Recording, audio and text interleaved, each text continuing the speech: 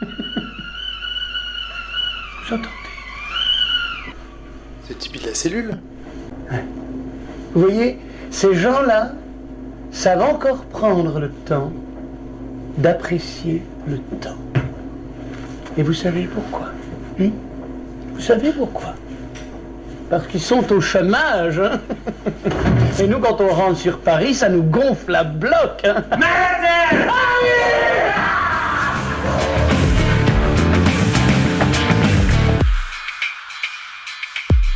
Bonjour à tous et bienvenue sur le podcast hebdomadaire de la cellule. Aujourd'hui avec Fabien, une famille. Bonjour Romaric. Bah oui, j'ai mangé du sucre. Bien sûr, on se rappelle de toi. J'ai fait la sieste. L'auteur de Mostatos, de Sphinx et de plein de super jeux. On a eu l'occasion bien des fois. Nous sommes avec Valentin T. Valentin T, ça va? Bah ça va super. Spécialiste en herméneutique qui a des études linguistiques du jeu. Alors il paraît que les herméneutiques, il faut les retirer avec une pince et faire bien attention de mettre un peu d'alcool par-dessus parce que sinon la tête reste dedans et ça infecte la plaie.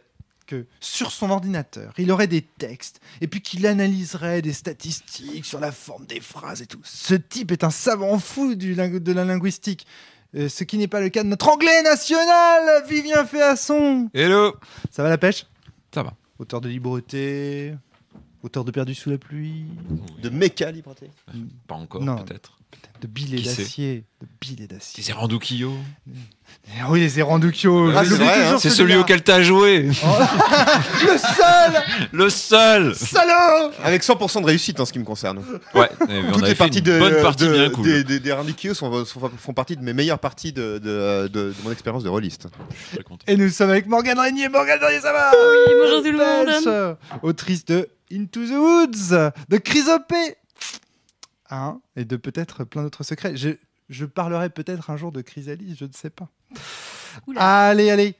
Donc, aujourd'hui, c'est toi, Fabien, qui arrive avec ce sujet de podcast, un jeu indépendant, francophone, de Simon Lee et de Manon Lee. De Manon et Simon Lee. Donc, précisons bien les deux.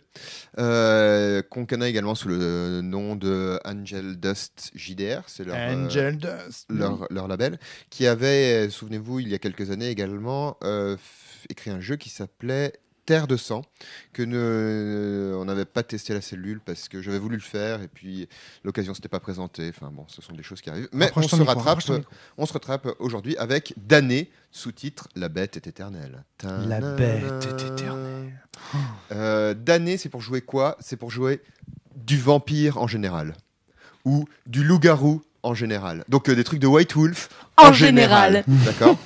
Donc il y a une espèce de super cadre métaphysique là derrière que je m'en vais vous lire. Un ensemble de règles que je ne m'en vais pas vous lire. Je veux jouer une fée, je peux. En général. C'est faisable. Oh, formidable. En général. C'est faisable. Donc je vous passerai la description en détail des règles parce qu'il paraît que les pré-podcasts seraient des podcasts complets. On m'a fait cette accusation. Bon, donc à partir de là, je vais tenter de faire plaisir à mon premier auditeur, le mec derrière le micro avec le casque et qui manipule les potards. Donc, il peut tard. Je vais vous relire donc les règles de base qui sont page 44. Ah oui, alors qu'est-ce qui fait qu'on le joue? Il sort cet automne et quand j'ai vu les trucs qui circulaient sur les réseaux sociaux de bandes-annonces et de trucs comme ça, j'ai écrit donc à Angel Dust en leur proposant de m'envoyer un PDF pour qu'on le teste. Chose que mon collègue et néanmoins ami Valentin avait fait avant ça. Oui, tout à fait. J'ai fait déjà 2 parties du jeu qui sont très bien passées. Voilà. C'est vraiment aujourd'hui un vrai de vrai one-shot pour une fois. Dans le sens où, petite cuisine de podcast, en général je teste un jeu une fois ou deux avant de le présenter quand je suis pas trop sûr de ce que ça va donner, quand ils sont innovants, etc. Là, cette fois-ci, on m'a vraiment donné le PDF, je prends le truc et j'essaye de vous y faire jouer, mais on a Valentin pour empêcher que ça dérive trop. Pourquoi on y fait jouer également? Parce que c'est un jeu qui est inspiré d'un jeu de Valentin qui s'appelle La Geste Chimérique. Le jeu n'est pas nécessairement inspiré, mais en tout cas, on a pu un peu travailler avec Simon sur certains concepts du jeu. Donc en fait, on s'est rendu compte que ce que Simon voulait faire, ce que Manon voulait faire, correspondait à ce que j'essayais de faire pour un de mes propres projets. Et donc on a réfléchi à plusieurs en fait au sujet du game design, un certain nombre d'éléments dont on reparlera en débrief du podcast. Et donc on a brainstormé pour essayer de construire quelque chose qui nous satisfait parce qu'on a les mêmes attraits ludiques en fait. D'accord. Et alors moi je vais essayer de le. Donc à nouveau je le dis. Hein. C'est d'abord un projet de Manon et Simon. Hein. Moi, Oui, je suis bien simplement Mais pour essayer de comprendre le jeu et enfin je suis relativement optimiste dans la manière dont j'ai l'impression en tout cas de assez bien comprendre ce qui se passe parce que moi le jeu m'a fait énormément penser à Démiurge et à Les cordes sensibles de Frédéric Sintès. Vous verrez pourquoi. Et donc qui font que voilà, t'as un bon a priori. J'ai un bon a priori. C'est la première partie que tu vas faire. Oui. T'as jamais testé le jeu. Tout à fait. Voilà, c'est ça qui fait. Mais j'ai un bon a priori parce que j'ai l'impression de comprendre quelles sont les intentions générales là derrière. Tu vois. Voilà, c'est oui, comme ma grille de lecture il y a une grille de lecture qui correspond à peu près à ce qui veut être fait. D'accord. Donc, revenons au jeu lui-même.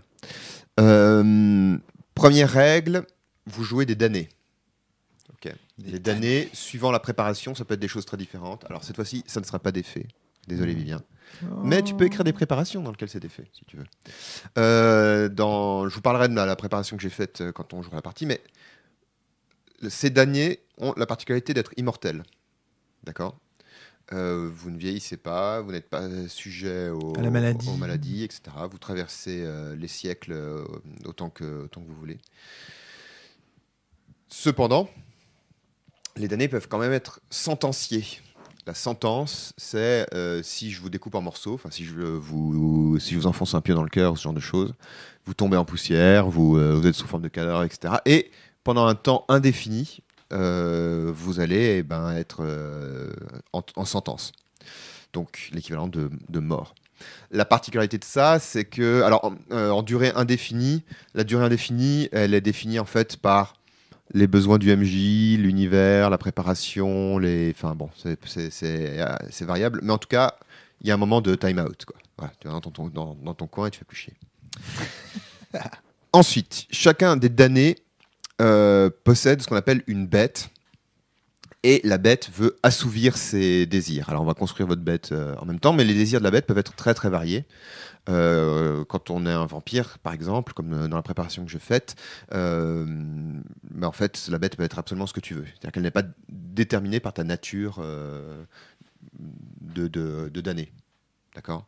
Donc ça peut être plaisir sexuel infini, connaissance infinie, domination, protéger quelqu'un de manière absolue, etc. La bête... donc évidemment vous connaissez tous White Wolf, hein, il y a une inspiration directe et explicite dans le jeu, donc la bête a tendance à vouloir faire ses trucs et contre le damné qui lui contre la volonté, l'humanité du personnage. Mon humanité. La bête permet de faire des prouesses, donc de faire des trucs qui sortent un peu de l'habituel, bien entendu. La bête laisse des stigmates. C'est-à-dire qu'à mesure que tu vieillis, chaque fois que la bête déborde, elle te laisse des stigmates qui, selon ce que tu as choisi, peuvent être de différents types. Alors, si tu es un vampire, tu peux avoir les dents longues. Si tu peux être chauve, comme les Nosferatu de vampires. Tu peux avoir des yeux de chat. Enfin, tu peux avoir. Est-ce que tu crois qu'il faut pas expliquer parce que sinon tous les auditeurs chauves vont te détester en fait. Ouais, mais enfin tous les auditeurs connaissent aussi le Nosferatu de Vampire de White Wolf ou de la série. Oui, mais même du bouquin, ils sont aussi tous chauves. Oui, mais ils ont aussi un visage dégueulasse. Ils ont aussi un c'est pour visage ça qu'ils sont dégueulasse. censés être horribles. D'accord, c'est vrai. On plaisante, et puis c'est aussi en lien avec une conversation hier soir, on plaisantait sur une série qui avait été tirée de des univers de vampires, où il y a un mec qui était un Nosferatu, et comment la marque de Nosferatu chez lui, c'est qu'il était chauve, et puis il aimait une nana, mais il voulait pas aller vers elle, parce qu'il avait peur de sa difformité. Ce mec, t'es juste chauve, quoi. C'est pas un problème, ça peut être même très sexy pour certaines personnes, donc regardez Bruce Willis, oui, là. Exactement. Jason Statham, oui, voilà, tout ça. Chauve, tous ces hommes lisses, ces merveilleux hommes lisses, comme Monsieur Propre. Enfin bon. Bref. Référence à Monsieur Manhattan. Très bien. Et donc, la bête, là, c'est des stigmates. Il y existe ce qu'on appelle des pactes de sang.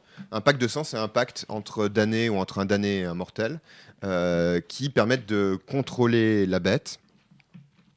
J'ai parlé déjà de la sentence. Il y a un ensemble de tabous qui sont établis par la société des damnés qui s'assurent que les damnés restent en place.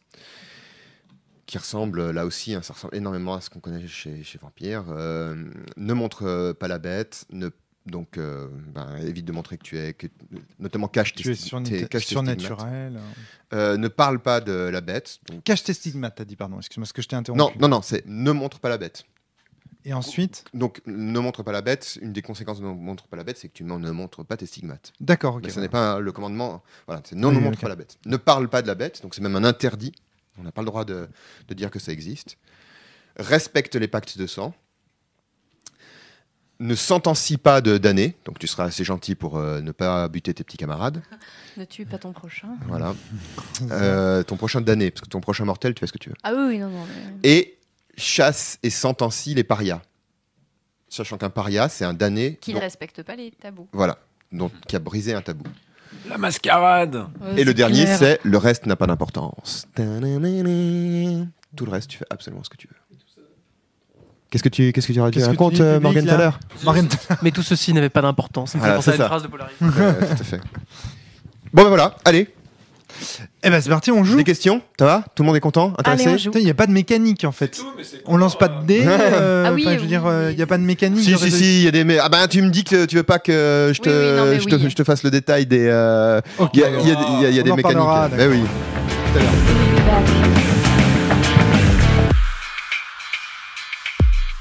Ok. Fermez la porte, Karim. Fin de la partie. Merci beaucoup. D'année. Ouais, c'est les portes qui, quand t'en fermes une, il y en a une qui s'ouvre. C'est très bizarre. Merci. Vas-y. Fin de la partie de d'année.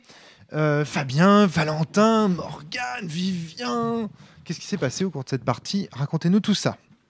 Alors, je crois que Fabien. une grosse difficulté qu'on va avoir pour raconter la partie, c'est de raconter la relation map. Donc, puisque La Danny relation map. fonctionne avec une relation map. La carte Alors, des relations. Est-ce que je peux la prendre en photo et éventuellement la mettre en illustration du podcast? Bon courage. Ok. Il n'y a rien de secret dessus? C'est secret, c'est discret, c'est pas Non, pareil? on peut y aller. Bah, faut savoir qu'on l'a fait quasiment live, à part quelques notes, quelques éléments que tu as rajoutés. Donc du coup, c'est pas un truc. Bon, en fait, elle est très fortement inspirée de ma propre la relation map de la préparation que j'avais faite. Ouais. Puisque donc il y a une préparation assez importante dans Danny, avec des personnages. Le setting, c'était des vampires ésotérico-mystiques, avec des mages aussi qui se promenaient dedans, qu'on appelait les battleurs. Je viens de prendre en photo la relation map. C'est quoi l'hélicobite? Quoi? Non, c'est pas sûr. Que Non, il n'y a pas écrit hélicobite. Je troll ce podcast, je suis désolé. Voilà, et c'est très bien écrit. C'est un jeu sérieux. Hein. Ok. Alors, il y avait donc dans une partie de Danny, il y a toujours deux éléments déclencheurs, donc deux menaces, ce qu'on appelle. Et les menaces ici, c'était d'une part l'éveil de ce que dans Vampire on appellerait des grands anciens, des aînés, qui viennent se venger parce que le chef des vampires les a. Donc le chef des vampires qui s'appelait Amanda. C'est ça. L'empereur. Oui, je dis l'empereur parce qu'en fait ils avaient chacun des cartes du tarot de Marseille. Donc des arcanes majeurs. Et il y avait eu une guerre il y a très longtemps, il y a plus de 1000 ans. Je croyais que l'impératrice s'appelait Pandora, là, si on lit le... Oui, mais Ça, c'est mon perso. Ah d'accord, ok. Donc, l'empereur du coup, s'appelait Amanda et Pandora, c'est le personnage donc de Morgane. L'impératrice. Ah oui, d'accord, ok. Il y a un triangle amoureux entre le diable, donc le chef des anciens, l'empereur, donc Amanda, et Létéa, le personnage de Vivien. voilà, qui était D'accord. l'amoureux. Et la deuxième menace, c'est les battleurs, qui sont des humains qui ont appris que les damnés existent et qui ont appris qu'il faut un rituel ésotérique. Et Et le rituel en question fait que donc c'est assez compliqué de devenir vampire. C'est pas un truc que tu fais comme dans la mascarade où hop tu mords quelqu'un et puis pouf c'est fait en 10 minutes quoi. Ah, j'avais le souvenir que c'était assez compliqué dans Vampire la Faut Mascarade. le vider de son sang entièrement et ensuite lui donner de ton sang. Voilà, Ouais. avant qu'il Ce juste qui avant prend un peu qu'il plus meure. de temps que 10 minutes, hein, on est d'accord. Ouais, oui, ok. Tu trouves que ça prend plus de 10 minutes Bah, toi faut avoir 5-6 litres devant soi, quoi. Bah, moi, j'avais l'image d'un rituel un peu sacré. Enfin, voilà, après, c'est chacun son truc. Ça, c'est parce que tu joues que des trémères. Non, un salubrien en plus. Ah, Merci, pardon. mais alors, Oui, parce que- vraiment complètement. Non, mais ça, à côté de la c'est- plaque. Romaric est un hipster de la mascarade. C'est les trémères hypocrites, les salubriens. C'est ça. Ah, l'enfoiré.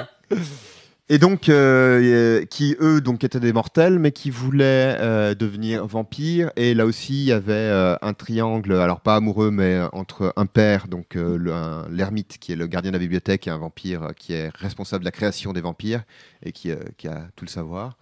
Son fils, qui s'appelle le pape, qui est le chef qui est donc un mortel et qui est le chef des battleurs. Ouais. Et un troisième personnage qui, chez nous, était donc le soleil. Qui était- Jordan. Jordan, voilà.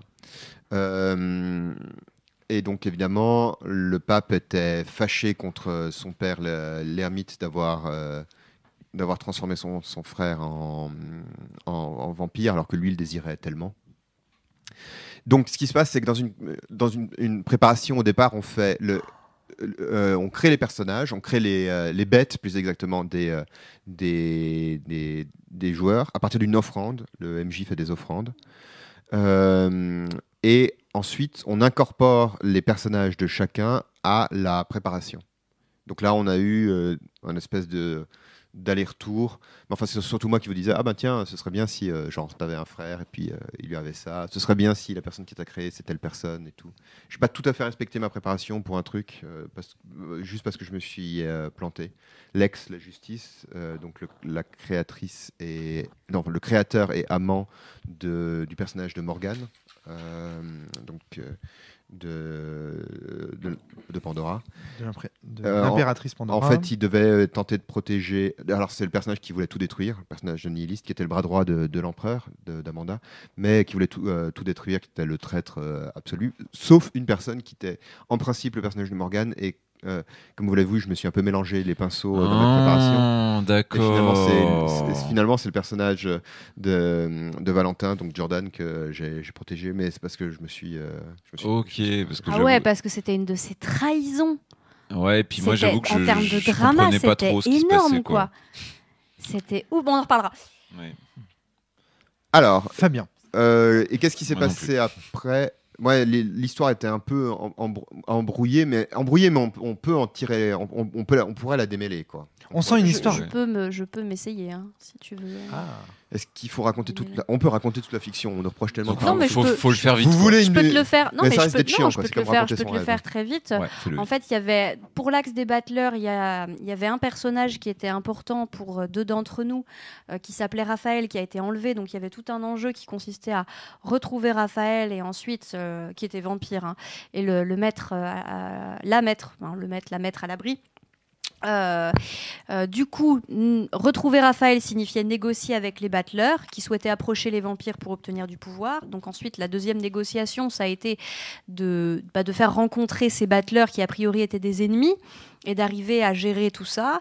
Et du coup, cette négociation en a emmené une troisième, c'est-à-dire qu'il fallait aller convaincre le père de Jordan, donc ton personnage, Valentin, a accepté de transformer ses battleurs en vampires, ce qui a donné lieu à une scène de confrontation très intense. Qui a failli signer la fin d'au moins un perso, si ce n'est deux. Et pour ce qui est de l'axe des grands anciens, en fait, donc toute cette période de négociation autour des battleurs était émaillée de jeux d'influence entre les forces très importantes. Donc le personnage d'Amanda, qui était la chef des vampires, qui essayait de tirer à elle le personnage de Vivien. Létea. Lex, qui était le personnage nihiliste, qui essayait, lui, de tirer les ficelles des uns et des autres pour les monter, voilà. Et le sage aussi détenteur de pouvoir, qui Hamilton. Hamilton, voilà. qui a priori avait aussi son mot à dire sur le sujet. Et donc en fait, il y a eu deux choses. Il y a une grosse période de négociation avec les battleurs émaillée par cette histoire d'otage. Et il y a eu aussi donc, tout cet axe de révélation du background historique et donc des relations à base de vie antérieure, à base de mensonges, d'amour, de manipulation des faits, etc. Et à la fin, il y a eu donc des petits épilogues qui ont été conçus soit sur des cliffhangers, soit sur des périodes une période d'aboutissement intense, quoi. Enfin, des épilogues oui et non, parce qu'on s'est arrêté, mais moi j'avais suffisamment la pêche, j'ai fait ma sieste et j'ai mangé du sucre, hein, donc j'étais vraiment à fond. Donc c'était disons que c'était l'épilogue du. J'avais l'impression qu'on arrivait au bout de l'épisode de la série. D'accord. Tu vois, avec les cliffhangers de fin qui est dans le prochain épisode. Voilà. En gros, la fiction par laquelle on est passé, pour faire simple, c'est ça. Et effectivement, on aurait pu continuer à jouer parce que le jeu donc peut se jouer soit en one shot, soit en campagne. C'est bien. Mais il se prête tout à fait, effectivement. Enfin, ça se prêtait à ce qu'on continue. À ceci près que Valentin disait mon perso est un PNJ, ce qui laissait pas entendre une campagne. En fait, voilà. il y a deux choses. Effectivement, la préparation est très dense, ce qui laisse présager beaucoup d'enjeux. Valentin. Donc potentiellement une campagne en fait, parce que la résolution en un one shot de tous ces enjeux-là est impossible en fait. Donc c'était presque une préparation d'un début de campagne, quoi. Premier point. Et deuxième point, en fait, de perdre un personnage en cours de campagne à damner, c'est classique, quoi. C'est-à-dire qu'en fait, il y a des enjeux tellement grands et intenses qu'on peut se sacrifier à tout instant pour potentiellement, en fait, pour faire ce qui est vraiment important pour nous. Même notre personnage peut nous échapper parce moi, c'est ce qui s'est passé pour mon personnage. Il a sombré, la bête a gagné, en fait. Et en fait, j'ai dans une certaine manière perdu. Mais face à la bête, si tu veux. Donc, perdu du point de vue du. Enfin, mon damné a perdu face à la bête. Voilà, mais par contre, du point de vue du drama et du point de vue de l'histoire créée, super satisfaisant. Voilà, c'est ça. Donc c'est-à-dire on a le droit de perdre un personnage si on trouve que ça sert les enjeux narratifs. C'est la définition du drame, donc du drama. Voilà, c'est du play to lose. Ah, d'accord. Si tu veux, Enfin, c'est pas si simple que ça, quoi. Enfin, mais il y a une dimension play to lose importante qui est que sur une action, tu peux accepter d'échouer ou de mettre en danger ton personnage jusqu'à ce qu'il en meure. Enfin, c'est ce que j'appelle le play to lose. C'est lose ton perso, pas forcément lose le jeu. J'ai perdu mon perso, mais j'ai quelque part résolu les enjeux qui comptaient pour lui. Et moi, je peux complètement soit me recréer un personnage dans la partie, soit prendre un personnage non joueur qui n'a pas trop été utilisé et en faire mon PJ pour la suite de l'aventure. Est-ce que tu peux prendre donc cette fameuse grille, comment tu dis qu'elle s'appelle, Fabien? J'ai du mal avec ce nom. La relation map, la carte des relations, d'accord. Et donc tu peux te dire, tiens, ok, bon, j'ai perdu mon Jordan, j'ai perdu mon joueur, mais tiens, il y a un personnage, celui de Raphaël, par exemple, qui a été très intéressant au cours de cette partie. Il pourrait tout à fait devenir mon personnage joueur au cours de la prochaine session. Ouais, ça aurait été d'ailleurs super. Moi, je pense que s'il y avait un choix à faire, ça aurait été celui-là. Ça aurait été d'incarner Raphaël. Fabien, tu voulais intervenir? C'était super cool le personnage de Raphaël et moi je l'aimais bien. Alors j'aimerais parler un petit peu de la manière dont on crée les... Excusez-moi. Juste un point de vue, en attendant que Fabien retrouve ses esprits, juste d'un point de vue extérieur, ça ressemble vraiment à un background de vampire au sens de, par exemple, la série des Underworld. Je sais pas si vous connaissez cette série. Je sais que c'est un...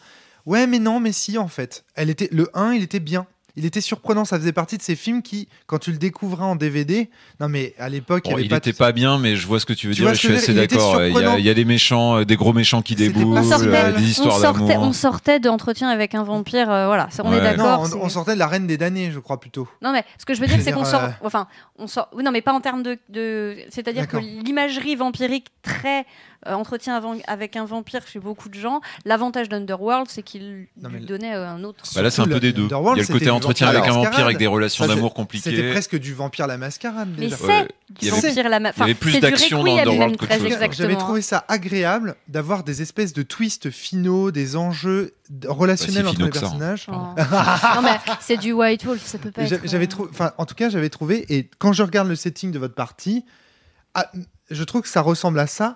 Un petit peu mieux parce que je trouve qu'il y a plus de symbolisme avec l'influence des tarots. Alors tout à fait. Donc ça c'est donc pour revenir sur la création de Canva, d'ailleurs, on note création de Canva, c'est le même mot que pour Démiurge de Frédéric Sintès. Ce qui est une excellente chose. Hein. Ça, c'était quelque chose d'assez voulu. C'est-à-dire qu'en fait, cette préparation, ça fait des années que je l'ai en tête. Ça fait des années que je me dis, ce serait trop cool d'avoir des trucs ésotériques avec des vampires et tout. Mais enfin, me lancer dans la création d'un setting avec vampires, non merci. Et là, quand je suis tombé sur d'années et que j'ai dû faire cette préparation, donc ce Canva, d'un seul coup, c'est venu tout seul. J'étais, oui, ça fait des années que j'ai envie d'avoir des histoires comme ça. Et le tarot est venu aussi comme source d'influence. Du coup, j'ai une question. L'utilisation des tarots, elle est dans le jeu ou c'est toi qui l'as ajouté ? Non, c'est moi qui l'ai ajouté. Okay. C'est parce que c'est un ajout vraiment très cool. Pareil, une petite question avant de passer la parole à Valentin. Le terme de Canva existe chez Simon et Manon Lee ou pas du tout ? Tout à fait. J'ai D'accord, voilà. J'ai le PDF devant moi, il y a marqué créer un Canva. Un Canva, c'est pas Vincent, c'est Valentin. J'ai dit Vincent ? Ok. Valentin ? Ce qui est très intéressant, donc dans Damnés, c'est qu'il y a toute une méthodologie de création de Canva.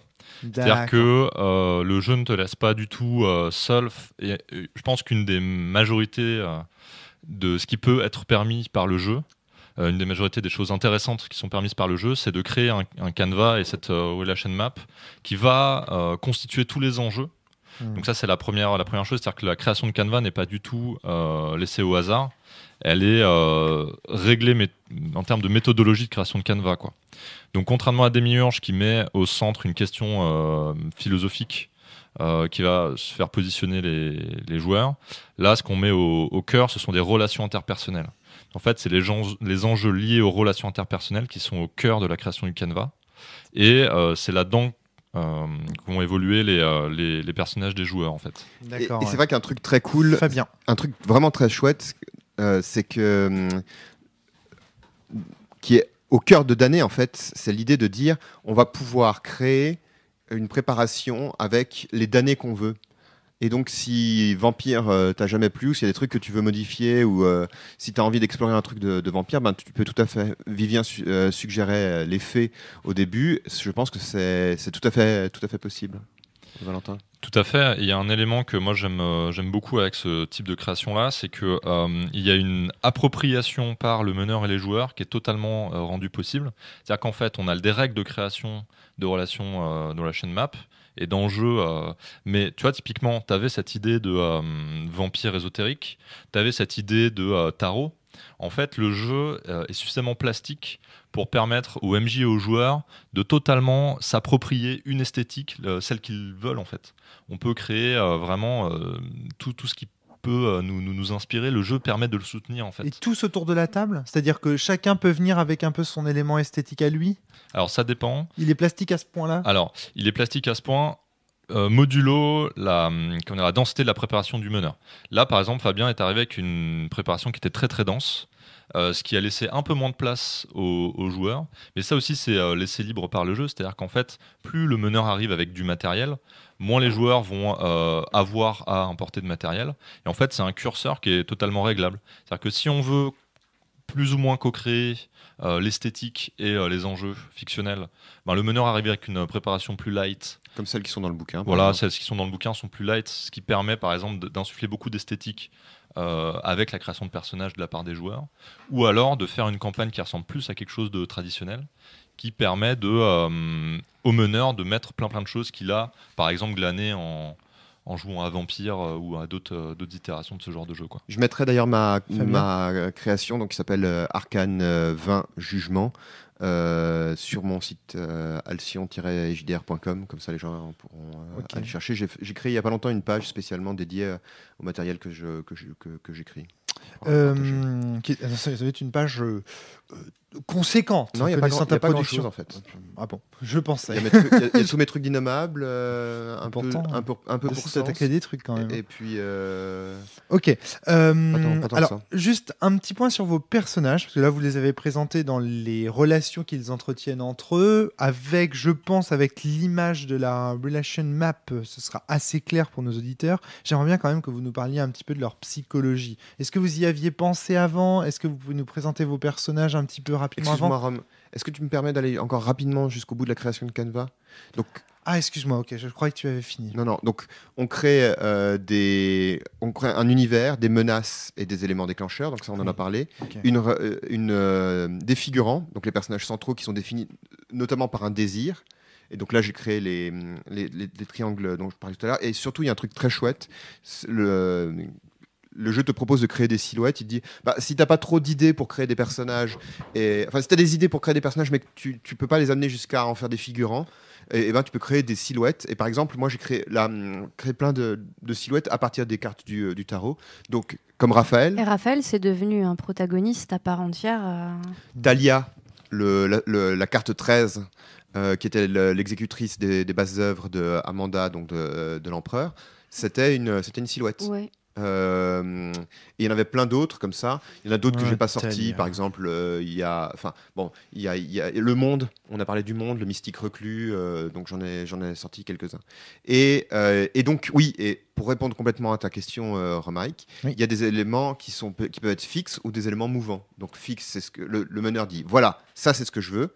Ça, je vous l'impose. Et il y a des éléments mouvants sur lesquels on peut discuter, on peut remplir, etc. Par exemple, dans ma préparation, ils avaient tous des rôles, mais leur identité de genre, par exemple, n'était pas donnée par le canevas. Même leur nom, par exemple, qu'on a créé ensemble. D'accord, très bien, ouais, ok. J'ai fini. Et donc, psychologiquement, les personnages ne sont pas déterminés. C'est ça qui est bizarre. Les PJ Ouais, c'est que... non. Alors, comment tu fais pour les jouer au départ? Tu vois ce que je veux dire? Comment tu fais pour les incarner ensuite, pour plaider pour eux? Alors, il y a une première étape qui est la création de la bête. Ah, d'accord, ok. Le MJ fait une offrande La à première chacun. étape, c'est l'offrande, parce qu'elle est quand même déterminante. C'était un poème de Baudelaire que tu m'as donné. Voilà, alors effectivement, parmi les suggestions, c'était des poèmes de Baudelaire. Et j'ai récité des poèmes pour chacun donc, des participants. C'était une charogne pour Morgane, tout à fait. C'était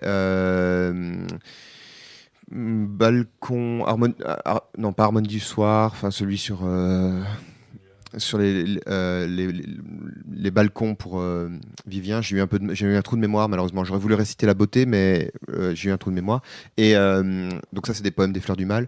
Et puis Il colle tellement. et puis pour Valentin. Pour Valentin, c'était aussi un poème de Baudelaire. C'était le poème qui ouvre petit poème en prose qui s'appelle L'étranger.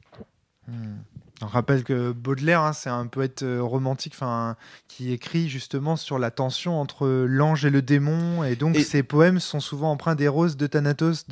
Et donc, ils sont des problématiques qui forcément. Et j'étais d'autant plus. Je Je savais que j'étais d'autant plus dans le canon qu'il propose un autre poème. Parmi les exemples d'offrandes qu'il donne, il propose le poème qui commence par j'ai plus de souvenirs que si j'avais 1000 ans, un vieux meuble à tiroir, etc. C'est génial d'utiliser des poèmes de Baudelaire Mais pour incarner les bêtes des personnages. Tu peux proposer des textes, tu peux bête, proposer aussi de la musique, tu peux proposer. C'est génial ça. C'est une offrande au départ le meneur fait aux joueurs et dans la campagne. En fait, c'est quelque part des pré-tirés, tu vois. Oui. Non, ça c'est un élément de couleur. C'est une inspiration. C'est quand même pas un pré-tiré. Moi, ça a été un blocage. Oui, donc d'emblée, ça m'a pourri la partie. ouais, vraiment. Enfin, d'emblée, ça m'a fait vaciller et après, il y a eu d'autres trucs et j'ai eu beaucoup de mal et vraiment, là, pour le coup, j'ai à peine eu le temps ne serait-ce que d'imaginer mon perso que d'un coup. Enfin, faut imaginer, d'un coup, Fabien dit offrande à la bête et de mémoire te récite un poème à toute vitesse. Hyper complexe, donc déjà je savais même pas pourquoi on me récitait un poème en fait, je savais pas et ensuite je savais pas qu'il y allait y en avoir un par personne. Il aurait presque fallu que tu imprimes le poème et que tu le donnes à chaque joueur. Franchement, si ça avait été un poème genre de mise en ambiance du scénario, ça m'aurait pas posé de problème. Par contre, un poème par joueur, moi j'avais l'impression pas qu'on m'imposait, mais tu vois que j'avais même pas eu le temps de réfléchir à mon perso. Si on m'avait dit choisis un poème pour ton personnage, là par exemple peut-être que ça m'aurait pu choisir une musique pour ton personnage, choisir un truc, tu vois, un tableau ou un truc. Là ouais, parce que j'aurais eu mais là c'est vraiment, là ça m'a tétanisé en fait d'emblée quoi. Alors du coup j'ai trouvé 3 éléments qui m'ont inspiré et j'ai trouvé quelque chose. Mais c'était un poème que tu connaissais par ailleurs, ce non. poème de Baudelaire. Voilà, c'est ça. Ouais. Non, j'en avais reconnu un, je sais plus celui pour Valentin, je crois. D'accord, ok. Peut-être. Et c'était très long. Et voilà, du coup, aux meneurs, s'ils ont des poèmes, des musiques, etc., de les proposer aussi en version, une version réécoutable. Ou, tu vois, en tout cas, là, du coup, c'est pas un truc contre Fabien. Hein. C'est vraiment pour moi. Personnellement, j'ai vécu ça comme je vois ça comme une mauvaise idée en fait. C'est une étrangeté en fait. Ouais. Oui, mais en même temps, trop. Comment dire intrusif, voilà. Moi, ça me fait penser d'entrée de jeu à Prosopopée, dans lequel il y a un espèce de paradigme, qui est un objet paradigmatique qui est posé, qui va servir en fait de... Sur lequel les gens se mettent d'accord, il me semble. Oui, donc là on te donne un paradigme, chaque joueur reçoit un paradigme. Tu vois. On aurait pu... Donc, Alors, je pense que c'est uniquement un élément d'inspiration, quoi. Voilà, c'est ça. Oui, mais tu vois, c'est toujours pareil. Mais quoi. Je comprends que l'élément d'inspiration puisse devenir un élément de blocage quand t'es pas dans l'état de le recevoir comme tel. Enfin, moi, j'ai eu du bol, si tu veux. Le poème de la Charogne, déjà, je le connaissais. Donc, du coup, je l'ai reconnu. Donc, du coup, j'ai pu juste en profiter. Ensuite, j'avais une très, très légère idée de ce que j'avais envie de jouer comme ça, au fond. Peu de temps avant de commencer. Hein. J'ai commencé à imaginer mon perso, genre 5 minutes avant l'offrande en question. Et c'était... ça tombait... Nickel, quoi. Pas tout à fait, mais pas loin. Donc, du coup, j'ai eu qu'à détourner très très légèrement ce que j'avais en tête pour que en plus ça soit dans le ton. Mais je me suis sentie effectivement l'obligation de m'y... Comment on dit ? De t'y conformer, de d'y adhérer. Parce que je me suis dit, si ça m'a été offert comme ça, c'est aussi parce que c'est important que je le joue comme tel. Alors, pour moi, c'est bien tombé. Mais du coup, l'obligation d'accepter, de recevoir l'offrande telle quelle peut aussi... Pourquoi pas bloquer. En fait, c'est marrant parce que moi je le vois uniquement comme un truc qui permet de débloquer l'inspiration si on n'en a pas. Et si on a déjà une idée de perso, ça vient juste. C'est pour ça que pour le coup, s'il y a peut-être un truc à modifier. Par son petit gâteau. Désolé, oui. En fait, la partie était intense, j'ai faim. Donc du coup, si je veux tenir le podcast, il faut que je... prends du sucre, nourris-toi. La possibilité de choisir entre 2 ou 3 items, par exemple, ça peut être intéressant. Genre sur l'hôtel, non mais sur l'hôtel des offrandes, il y a ceci. Qu'est-ce que tu veux ? Parce que toi, en tant que MJ, ça te permet quand même de donner une couleur commune et de pas se retrouver avec des concepts qui sont diamétralement opposés les uns avec les autres. Mais tu peux éventuellement, c'est le choix des gens pour qui c'est important. En quoi, enfin. Je vois même pas l'intérêt, tu vois, que les concepts soient pas diamétralement opposés, parce qu'au final, si c'est censé n'être qu'une influence, machin, enfin, tu vois, ça n'a pas d'impact là-dessus, parce qu'on a eu des concepts diamétralement opposés. Pardon, c'est un mouvement d'ambiance qui est commun à tout le monde. Mais l'ambiance, elle est déjà là, on joue des vampires. Oui, mais le problème, c'est qu'on projette pas tous la même chose sur ce qu'est un vampire, on n'a pas tous la même... Coup de bol, nous, on sait ce que c'est White Wolf, mais ce jeu pourrait tomber dans... Non, mais a fait du vampire, et on connaît assez bien les petits détails, au point que vous en êtes à faire des blagues sur les Trémères et les Salubriens, donc il y a des gens pour qui ça leur passe au-dessus. Typiquement, moi, j'ai jamais joué à Vampire. De me lire un poème au début de la partie me met dans une ambiance vampirique romantique. Moi, mes références, c'est Underworld, Blade et... oui, mais là, on parle de 2 choses. On parle de poèmes d'ambiance et de poèmes d'inspiration de personnages. Poème d'ambiance, comme je disais, on m'aurait dit un poème pour me mettre dans l'ambiance du jeu, j'aurais pas eu de soucis. Je pense que c'est la même chose. Et ça pourrait servir, comme tu dis, de diapason. De diapason. Moi, je dois juste dire un truc, c'est que la bête, qui par définition, si j'ose dire, est un élément qui bouillonne en soi, qui est de l'ordre de l'inconscient, de quelque chose qui pousse, d'une espèce de marmite, d'une poussée. Le fait que ce soit un poème, de la poésie, et donc quelque chose qui n'appartienne pas au truc clairement exprimé. Par exemple, ce serait moche de dire, bon, ta bête à toi, c'est, tu vois, le fait que tu as envie de manger tel ou tel être humain. Ta bête à... Tu vois, il y a un côté... Le poème, en fait, offre justement à la bête un côté justement inconscient, indicible, une espèce de rêverie vague. Et je trouve ça plutôt classe, moi. J'entends ce que tu dis, mais alors du coup, il y a le poème pour la bête, ensuite il y a le totem pour la bête, ensuite il y a les stigmates pour la bête. Le totem, c'est un truc que tu choisis toi-même. Oui, mais que tu choisis toi-même. Mais du coup, enfin, tu vois, il y a 30 trucs qui définissent ta bête. Donc, il y a un moment. C'est quoi le totem vient ? Le totem, c'est en gros, c'est un symbole. C'est genre ma bête c'était l'ombre. Moi j'avais le corbeau, mais je m'en suis pas du tout servi en fait. J'aurais pas. Maintenant je choisirais moi autre chose. c'était les braises. braises. Et il s'en est servi à fond, les ballons. Oui, mais c'est parce qu'il y a déjà joué. Maintenant que j'ai fait une partie, si je recrée un truc, je prendrai un élément esthétique qui est facilement convocable ou symbolique, quoi. D'accord. Il y a quoi d'autre pour définir le vampire? Donc, Il y a on a parlé en fait, le vampire entièrement est surtout défini par sa bête. Il a... C'est génial ça. Je veux juste préciser un truc avant qu'on continue. En fait, le côté vampire, c'était lié à la préparation de Fabien. Oui. Donc, Dané n'est pas exclusivement fait pour jouer du vampire. Ça rejoint ce que je disais en termes d'appropriation, quoi. On peut jouer par exemple des créatures éternelles qui ont une constellation comme référence des symbolique. armures de Saint Seiya, vraiment? Mais en tout cas, les enjeux, des cartes du Val. Mais pourquoi pas des cartes du Val? Il y a une préparation dans le bouquin qui s'appelle Étoile mourante et qui est directement inspirée de Polaris de Ben Lehman. Donc la bête, elle est définie par... Alors il y a une offrande, mais qui pour moi ne définit pas la bête, c'est une inspiration. Après, tu fais bien ce que tu veux de cette inspiration. Et ensuite, donc, tu dois définir le totem, qui est la représentation symbolique de la bête. J'aime pas trop le mot totem, enfin bon, ça c'est un autre problème. Le désir, qui est le cœur de la bête, c'est-à-dire qu'est-ce qu'elle veut, qui est quelque chose qui est impossible à obtenir ou dont le prix pour l'obtenir est beaucoup trop grand. Et enfin les stigmates. Les stigmates, c'est tu dois choisir au moins un stigmate. C'est les trucs qui font que ça se voit que t'es pas tout à fait humain. D'accord. Okay. Pour vous donner un exemple, mon totem, donc c'était les braises. Mon désir, c'était la transcendance par la torture. Par la souffrance. Par la souffrance. C'est pour ça que tu participes au podcast de la cellule, je pense. La transcendance par la souffrance, c'était ça. Alors, ça a un peu changé au milieu de partie, quoi. Et mon stigmate, c'était des marques au fer rouge sur tout le corps. Donc, bon, bonne ambiance. Effectivement. Ok, donc toi, t'es vraiment. Alors, du coup, on comprend beaucoup mieux pourquoi ta fin t'a plu, tu vois. Pourquoi c'est presque un personnage qui court au suicide, tu vois. Enfin, en fait, il y avait plusieurs embranchements possibles, quoi. Et c'est vraiment l'interaction entre mon personnage et la préparation et les enjeux dramatiques qui m'ont amené et mes choix aussi en tant que joueur à un moment donné, quoi. C'est un personnage suicidaire que tu joues. Alors non, parce que ça pouvait être aussi la souffrance des autres, quoi. Ah. Ça peut être un Pygmalion. Hein. D'accord, ok. J'avais pas pensé à ça comme ça. J'avais pensé à ça vraiment sur toi-même, mais ok. Toi, Vivien, tu peux donner tes exemples justement pour qu'on se figure le personnage? Alors, moi, c'était Totem l'ombre, Désir l'oubli.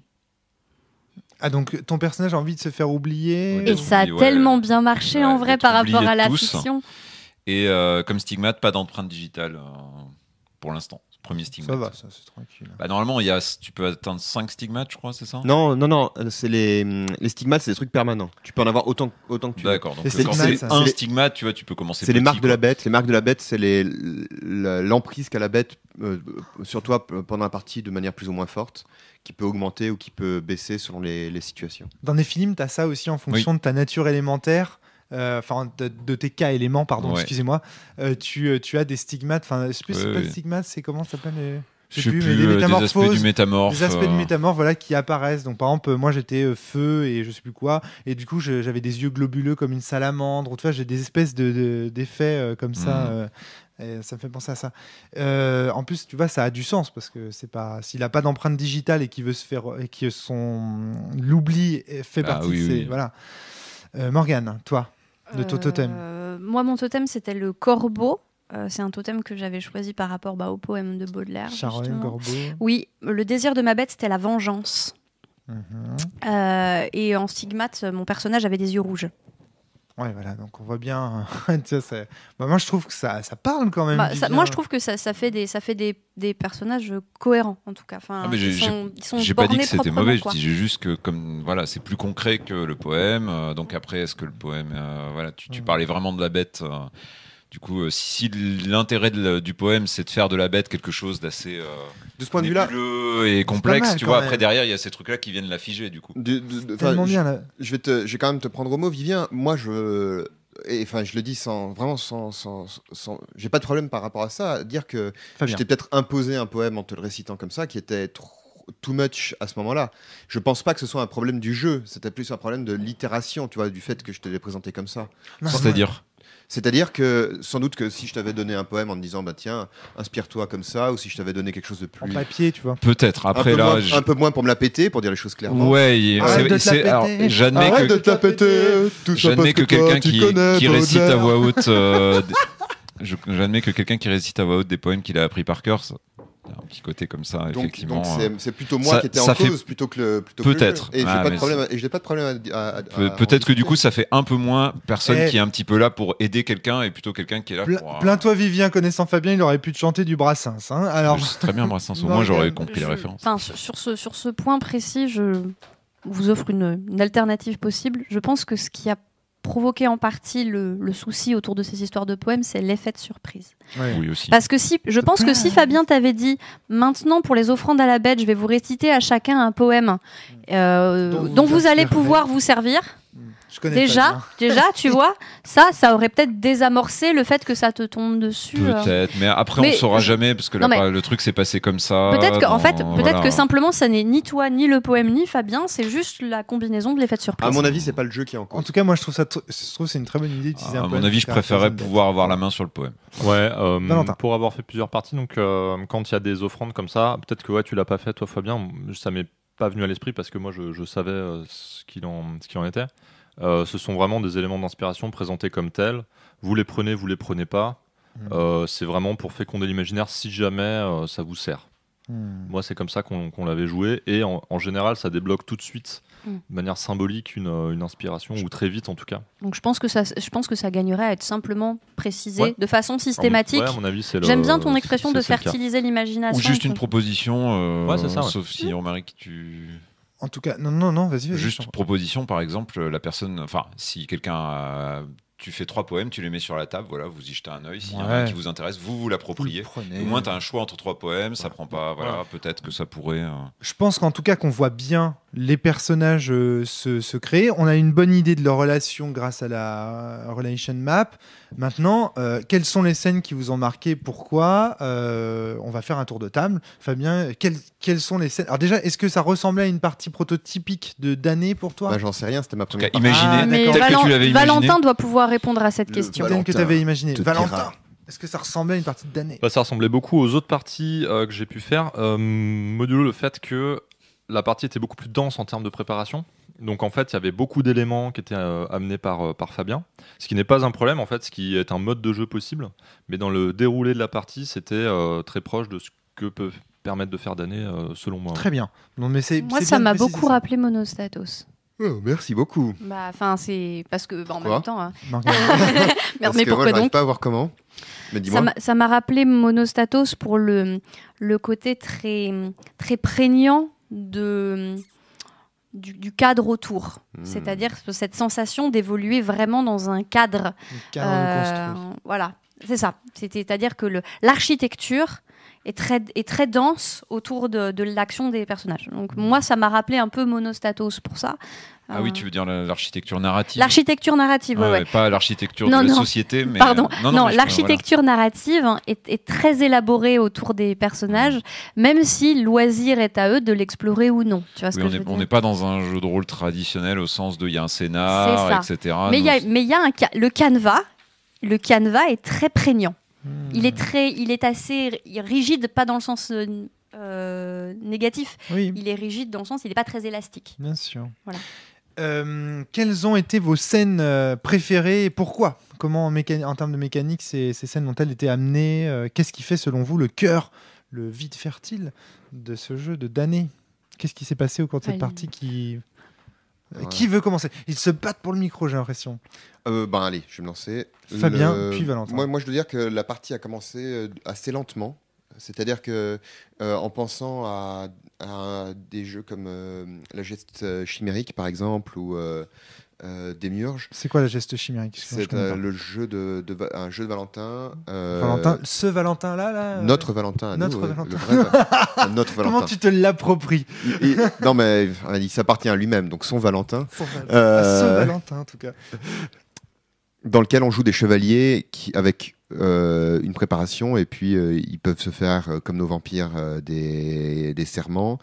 S'ils brisent ces serments, ils peuvent être tués, déshonorés.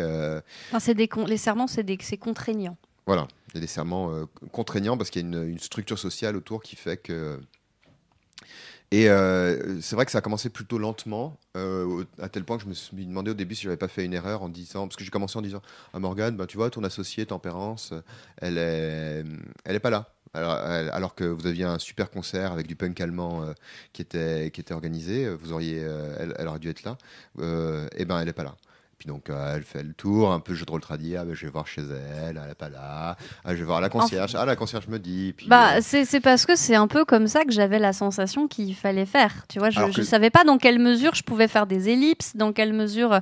Moi, tu vois, savais pas quelles étaient tes libertés narratives. J'ai tâté le terrain pendant 5 minutes. Après, j'ai compris, si tu veux. Donc, je me la suis joué jeu de rôle tradit, à un peu tourner autour du pot, alors que peut-être j'aurais pu faire les choses dans l'autre sens. C'était pas gênant, franchement, ça en a pas disant, été très long. alors là, t'es dans la rue et puis d'un seul coup, ta copine se fait enlever par des magiciens qui vont la torturer. Qu'est-ce que tu fais, quoi? Non, mais c'est pas du PBT non plus, je veux dire. Non, mais au moins, c'est, tu vois, la règle toujours plus de drama.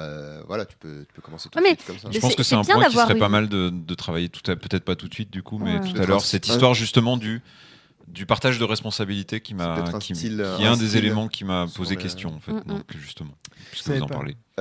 Et après, ça a pris petit à petit. Je me suis rappelé qu'il fallait vraiment que je révèle mes secrets le plus rapidement possible.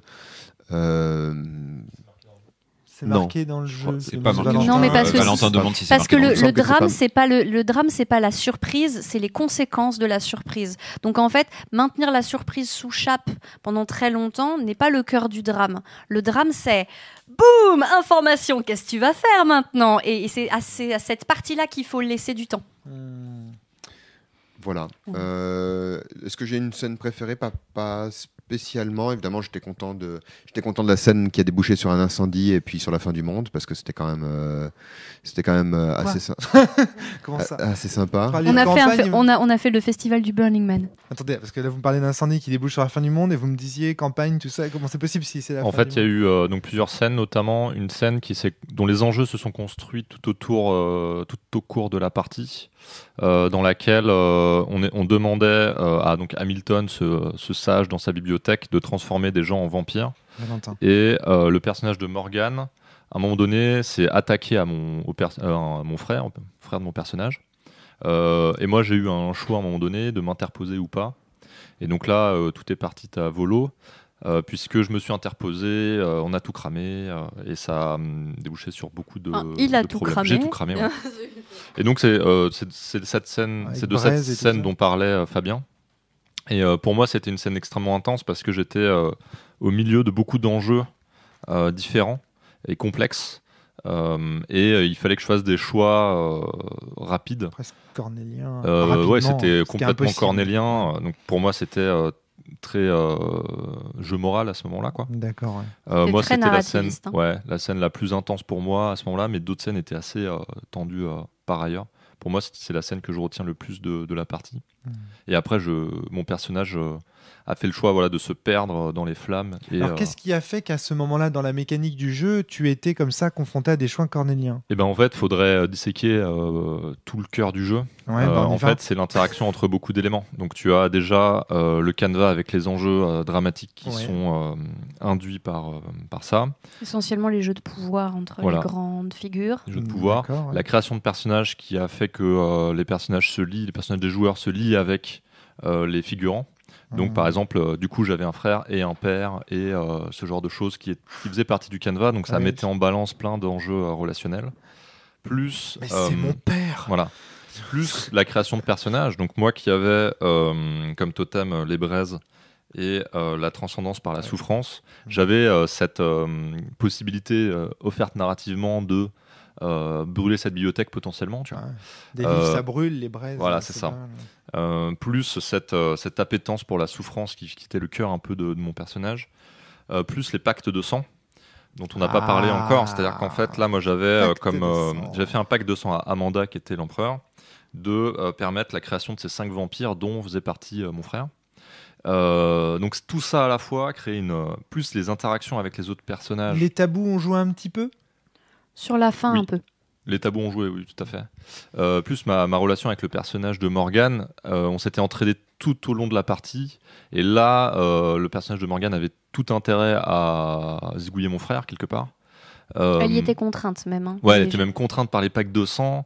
Et là, moi, j'avais. Parce qu'il y a eu du PVP complet, quoi. Ah oui, il y a eu du PVP, oui, Ouais. tout à fait. Moi, j'avais donc tous ces enjeux-là qui étaient. Donc, tu vois que ça fait une richesse, une complexité qui est créée par un ensemble d'incitations Bien sûr. subtiles Ouais. liées au jeu, qui crée vraiment un dilemme très riche et très intense, qui est émergent. Tu vois, c'est pas à un moment donné le meneur qui me fait.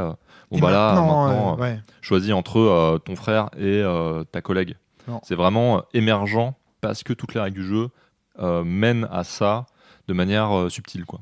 Donc là, c'est vraiment du vide fertile plein la gueule. Tout à fait. Et là, on est en plein dedans. Vivien, la scène la plus marquante. J'ai pas énormément de scènes marquantes. Je pense que celle que j'ai préférée, Alors, ça devait être celle celle que décrivait Fabien, c'est-à-dire et qu'on a décrit ensuite dans la bibliothèque, parce que là, je me suis pris en main et le perso est intervenu, alors que c'est plutôt le modèle timide, on va dire. Effacer. Au moins, l'oubli, voilà. tout ça. Oui, alors on peut revenir dessus. Oui, en fait, ce qui est. Mais est-ce qu'on finit peut-être pas d'abord les scènes préférées, parce que du coup, D'accord, c'est un peu dérivé sur autre chose, quoi. Mais en tout cas, voilà, c'est. Mais en tout cas, cette scène-là était pas mal, pareil. effectivement. Il y a eu un souci, mais c'est un souci, malheureusement, je trouve inhérent au jeu de rôle, vraiment au sens très large. C'est quand il y a beaucoup de personnages, beaucoup d'interactions, un lieu complexe physiquement. Il y a eu beaucoup on savait plus trop qui était Alors, où. c'est vrai. Et ça, c'est pas du tout la faute. C'est pas la faute du jeu, c'est pas la faute de Fabien. C'est tout le monde, le système du jeu de rôle lui-même, enfin, qui fait ça, quoi. Ça, c'est vrai qu'effectivement, moi, au début de la partie, j'arrivais pas à mémoriser tout ce qu'avaient les autres, enfin les joueurs et joueuses. Et donc, j'étais beaucoup plus à me dire, bon, bah, moi, je joue pour mes PNJ. Je leur laisse se débrouiller, et puis chacun se débrouillera dans son coin, et ça va marcher. Et ça a marché. Oui, ça s'est bien passé finalement. Donc, on s'est Mais fait- c'était compliqué à voir. Mais c'est un sentiment que j'avais aussi eu très fort dans Soupir, le jeu avec des elfes. Mais tu sais que j'y ai beaucoup pensé, hein. Ouais, Surtout au début du jeu, quoi. C'est un jeu qui, pour le moment, est inabouti. En phase de création. Ouais, Fabien. j'ai fait une quinzaine de parties, mais C'est un de tes jeux. Hein, voilà, mais je sais dans pas. lequel on joue des intrigues à la. Et où il y a des elfes, ça. serments, et où on fait une relation Et map. j'en suis pas très satisfait pour plein de raisons pour le moment.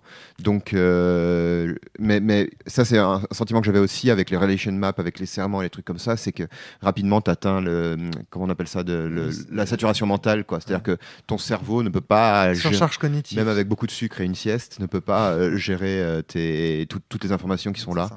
Donc, il faut faire confiance au jeu, et là, ça allait. Et puis aussi, mes collègues sont d'éminents rôlistes extrêmement doués, donc ils arrivaient à s'en sortir comme ça. Mais voilà, par exemple, pour Soupir avec mes elfes, ça marchait moins bien de ce point de vue-là. Donc, il y avait ça à prendre en compte, effectivement. D'accord. Ok. Morgane, peut-être ta scène fétiche. la même que tout le monde en fait. Ouais. Parce que ça a J'ai vraiment l'impression été que c'est votre de climax toute en fa- fait. Voilà, c'est ce que Ouais. tu m'ôtes le mot de la bouche. C'était vraiment, je pense, le climax de la partie. Et Valentin a très très bien résumé le pourquoi du comment. Moi, je rajouterais un petit point qui est que je me suis délectée d'en rajouter pour lui. C'est-à-dire qu'il y a un moment où j'étais presque en posture d'auteur et où je savais sur quel lien j'allais appuyer ou ce que je pouvais éventuellement rajouter comme épice dans la sauce qui était quand même déjà bien corsée. Moi, on m'avait dit plus de drama. Plus de drama. Et donc, oui. du coup, moi, j'ai appliqué le truc à la lettre, c'est-à-dire que, outre le fait que j'ai joué un perso qui était une drama queen, à plusieurs moments, je suis passée en posture d'auteur. Et donc, typiquement, pour donner un exemple concret, j'en ai rajouté une couche, c'est-à-dire que, puisqu'il voulait protéger son frère, que mon perso voulait le buter, en sachant que le frère qui était l'enjeu de tout ça, était quand même le chef d'une secte de mages trop bizarre, hein, j'en ai rajouté une couche en disant mais tu veux protéger celui qui a voulu, qui a couvert les mecs qui ont voulu tuer ton amoureuse, quoi. Raphaël a failli, ils ont failli la buter. Si j'étais pas intervenue, elle serait morte. Et lui, tu veux lui sauver la vie, alors que en fait, finalement, il dirige ces types-là. Et t'as inventé ça à la volée, en fait. Bah, alors non, ça c'était dans la partie d'avant, ouais. toute la partie d'enquête, etc. D'accord. C'est juste qu'à ce moment-là, je me suis dit, rajoutons-en une petite couche, Ouais. rappelons C'est ce le bon fait-là. moment, ouais. Rappelons D'accord. ce petit fait-là. Et ça fait aussi partie de mon plaisir sur cette scène, qui est le fait d'avoir, T'as mis de personnellement, l'huile sur les braises. d'avoir mis de l'huile sur les braises. ça m'a fait très plaisir. D'accord. Pour entrer dans le cœur de ma critique, si c'est ça Fabien. ce vers quoi tu voulais nous amener, moi Oui. effectivement, pour reprendre ce que disait à l'instant Morgane, un vrai plaisir que j'avais, c'était toujours de me dire tiens, qu'est-ce que je pourrais exploiter. Enfin, cette règle de toujours plus de drama, tu vois, c'est où est-ce que je pourrais aller, qu'est-ce que je pourrais. Ah, c'est vrai, tiens, j'ai pas encore révélé au personnage à Vivien qu'il y a quelqu'un qui est amoureux de lui. Ah, tiens, c'est vrai qu'il y a toujours ce truc-là qui traînait derrière. Et c'est vrai que cette saturation mentale, effectivement, c'est un peu parfois difficile à gérer, mais en même temps, il y a parfois du plaisir. Il y a un plaisir à se dire ah oui, c'est vrai, tiens, il y a ce truc pourri que je pourrais ramener et qui va rendre la Moi, je trouve situation ça encore assez euphorisant. encore Mais, plus L'espèce compliqué. de charogne. Et le moment où j'aurais envie de m'arrêter, c'est le moment où j'y arrive plus. Tu vois, je dis bon j'ai épuisé tout ce que je pouvais faire, donc Ça y est. je vais aller Il refaire. n'y a plus de balles dans le réservoir. Voilà, je vais faire un nouveau canevas et vous allez reprendre d'huile vos dans le persos bidon. pour les remettre à Mais jour. sec. Et on se revoit la semaine prochaine, quoi. Valentin. Il y a d'ailleurs cette limite cognitive-là participe beaucoup du drame au niveau de la table de jeu parce que il m'est arrivé d'avoir des parties dans lesquelles il y a des éléments du setting qu'on a en tête mais qu'on oublie à un moment donné. Je me rappelle d'une partie dans laquelle il y avait un sérum pour redevenir humain alors qu'on est damné. Mais il n'y avait qu'une dose et donc on s'est battu pour cette dose-là, etc. Il y avait un des personnages qui jouait une sorte de damné angélique et qui était dans une sorte de spleen, etc. Et Encore un terme baudelairien. tu vois. ouais, qui était un petit peu en retrait pendant la partie. Et à un moment donné, il avait la possibilité d'avoir le sérum. Il s'est envolé, il se l'est injecté et on s'est tous dit mince et évidemment. Et ça tombe un peu comme une évidence, Ouais. mais qu'on n'avait pas vu Venir. parce qu'il y avait cette complexité un peu, mais et c'est au final très beau parce qu'on ne prévoit pas toutes les scènes, mais les scènes arrivent et elles sont parce que chaque joueur est dans cette position de voir quels sont les enjeux de son personnage, notamment le meneur de jeu, et ça participe vraiment du drame, quoi. Ah, c'est génial cette histoire. C'est-à-dire qu'en fait, il y a un ange qui vient avec un sérum pour faire redevenir humain à des damnés. Alors non, Et c'est en pas fait, l'ange c'est qui lui qui l'amène. va C'est pas finir. l'ange qui l'amène. D'accord. L'ange, Mais, c'est un damné aussi. Non, hein. Le l'ange, c'est un damné damné angélique aussi. est un, ouais, c'est ça. Mais on s'attend pas en tout cas à ce que l'ange ait envie de redevenir un Ouais, humain, c'est ça. Et c'est ça la et surprise. ça faisait beaucoup de sens dans la partie au vu des interactions, etc. Ah, c'est marrant. Ah, c'est sympa. Morgane ou Vivien, je ne sais pas. Est-ce que vous voulez passer peut-être à l'aspect plus négatif? Vivien, j'ai l'impression que ton encéphalogramme. Vous sentez le concentré de négativisme. Non, mais c'est pas ça, mais c'est que. Oui, non, je suis d'accord, mais ça se regardant, je me voit. dis, Ça se je vois voit, bien, mais- je vois bien, il y a de l'enthousiasme à ma gauche, et puis on va dire à ma droite. Ouais, à ta auditeurs droite, le voient heureusement, il y a pas, mais- Morgane qui fait écran. Voilà, il y a l'écran. Mais Il je dresse veux une dire, barrière positive. On sent que ton J'ai encéphalogramme est quand même resté des plat. choses à redire. Hein, Ouais, alors, C'est- en fait, avant Qu'est-ce qui avant d'établir mes critiques, je pense qu'il y a une espèce de super structure à établir. C'est que j'ai merdé sur un point. Et surtout, je vais devoir demander aux gens maintenant autour de moi de m'empêcher de faire ça. Il faut que les gens m'empêchent de faire des personnages introvertis. Merci Vivien. Je te l'ai dit en plus au début. Je sais. Je te l'ai dit. Ah, quel emmerdeur les introvertis. Ah, je l'ai pas on n'arrive entendu. pas. Soit j'ai Moi, pas quand j'ai entendu, vu soit que tu te lançais là-dedans, j'ai fait. Surtout dans un truc avec une relation map. J'adore les personnages introvertis et quand on me laisse trop de choix et voilà, mais j'ai une tendance à aller C'est vrai, vers eux. c'est vrai que sur le drame, Alors que- c'est Alors que concrètement, je m'amuse plus, surtout dans ce genre. Ouais, mais en même temps, tu vois, je sais pas. Il y a un truc qui, en fait, je suis toujours resté entre deux choses. Enfin, le jeu m'a toujours donné l'impression d'être entre deux trucs, et du coup, j'ai toujours choisi la mauvaise solution. En fait, c'est-à-dire que quelque part, on me dit du drama, du coup, je me dis ah, mais du coup, c'est pas vraiment du politique. Alors en fait, c'est plutôt des personnages qui souffrent avec des. Et du coup, pour moi, un personnage introverti, c'est quelqu'un qui souffre aussi, quoi, tu vois. Et donc, ça me donnait l'occasion quelque part d'exploiter ça. Et il y a un moment, on a la possibilité de demander à une personne, ok, ton personnage, il ressent quoi à tel moment, et du coup, c'est l'occasion aussi d'exprimer, d'extérioriser un personnage qui normalement reste intérieur. Si je puis me permettre, Vivien, en fait, l'introverti, c'est un super personnage pour du jeu vidéo ou pour du film. Parce que dans le film, on montre, il y a de la musique qui joue. Dans le jeu vidéo, on peut jouer un introverti. Je me souviens notamment de Final Fantasy VIII pour ça, parce que le personnage principal ne parle pas. Oui, mais c'est normal, parce que tu sais, t'as cette espèce de vieille tradition dans le jeu que le héros, il parle pas, parce que naturellement, c'est le joueur qui est censé l'incarner dans un jeu de rôle. Tu peux te projeter en lui. Donc ça collait vachement bien. Donc là, tu vois, il y a des médias pour lesquels c'est fait. Et je trouve que le jeu de rôle, si tu joues, c'est comme jouer un muet en jeu de rôle, quoi. Je veux dire, ça, malheureusement. Ça a failli le faire en plus. Ouais. Non, elle était censée parler quand même. Il a failli dire, j'ai pas de bouche. Voilà, mon stigmate. Moi, j'étais là. J'étais dis donc, elle va être bien partie. Non, l'idée c'est qu'il pouvait parler quand même. Hein. J'étais quand même donc, pas. En fait, donc c'est pas le jeu qui dysfonctionne, c'est Vivien. Voilà. Non, alors voilà, ce que je voulais mettre ça pour être honnête, mais pas non plus. Par contre, qu'on me dise ensuite que tout ce que je disais c'était de la merde parce que j'avais fait un introverti. Attention. Hein. Attention, Monsieur Briand, d'accord. Avant que tu poursuives, Vivien, je veux juste rajouter 2 petits points. Le premier, c'est que dans le jeu de rôle comme dans le GN, le cœur du truc, c'est les interactions sociales. Or, les introvertis, enfin, en tout cas, l'image qu'on se fait des introvertis, parce que l'étant moi-même, du coup, je mets un bémol, mais l'image qu'on se fait des introvertis, ça rend compliqué les interactions sociales, et donc j'ai tendance, de toute façon, de base, en jeu de rôle comme en GN, à déconseiller aux gens de façon systématique les introvertis. Les gens qui sont réflexifs, qui ont des périodes d'observation ou un monde intérieur très fort, ok, mais des gens qui, juste, genre, qu'est-ce que tu veux faire ? Je m'assois et j'observe. Oui, mais au bout d'un moment, c'est problématique parce qu'en fait, ce qui fait avancer le jeu, ce sont les interactions sociales. Les actions. Voilà. Et même pas les actions, les interactions, parce que tu peux ne rien faire, mais avoir des super interactions. Surtout que Damned est un jeu character-centered, comme on dit, dans lequel c'est justement ce que font les personnages qui est au cœur du jeu. C'est pas ce qu'ils sont obligés de faire en réaction. Oui. C'est le joueur qui guide l'orientation de la partie, quoi. Donc ça, c'est une chose, c'est-à-dire que à mes yeux, l'introversion, ou en tout cas dans ces clichés, est une mauvaise idée dans des médias comme le jeu de rôle ou le GN, parce qu'en fait, très vite, c'est problématique. Par contre, là où je trouve que c'est révélateur, cela dit, de ce que tu disais tout à l'heure, Vivien, c'est que quand je t'ai vu créer ce personnage, moi j'ai senti ton malaise. C'est-à-dire que l'introverti, il a l'avantage d'offrir un moyen de se distancier de ce qui se passe quand on n'est pas à l'aise.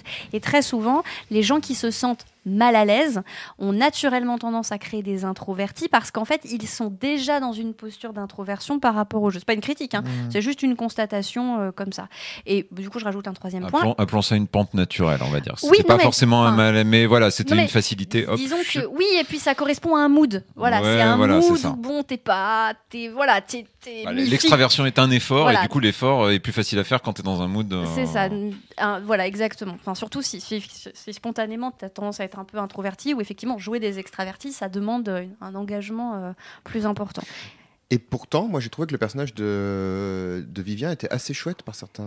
Alors, aspects. mais elle était très bien. Les moments où il était poussé par Amanda, qui était donc l'empereur, qui était très amoureuse de lui et qui lui disait ouais, tu vas être mon dauphin et tout, et qui sincèrement aimait ce qu'il faisait et trouvait c'est trop cool. En fait, c'était intéressant parce que ça mettait le personnage en tension, quoi. Ouais. Et le moment où tu avais tenté de t'interposer dans la bibliothèque alors que tout le monde se sautait à la gorge, je trouvais que c'était cool. C'est pour ça que j'ai bien aimé cette scène, c'est parce qu'il y avait un côté, elle assume un tout petit peu le truc de dauphin futur, quoi. J'ai moins. Alors, je pense pas que c'était une mauvaise chose, mais j'ai un peu moins kiffé le côté plein de gens amoureux d'elle. Là, ça devenait trop pour gérer. Je pense qu'il y avait plus d'intérêt. J'aurais plus aimé creuser le côté dauphin putatif qui a du mal à accepter le truc. Mais encore une fois, ça veut pas dire qu'il n'y a pas plein de problèmes dans le personnage par rapport à l'idée de à une partie, on va dire, efficace, quoi. D'accord, ok. Moi, Vivien, pardon. Je croyais que Vivien voulait poursuivre, mais vas-y Fabien, je t'en prie. Non, moi je voulais arriver au cœur de ma critique sur le. Ah, du coup, est-ce que je peux. Ah oui, parce qu'on avait pas fini. Bien sûr, bien sûr. Enfin, Morgane, si Non, vas-y. Elle retrouvera si jamais. Après, de politesse à la cellule.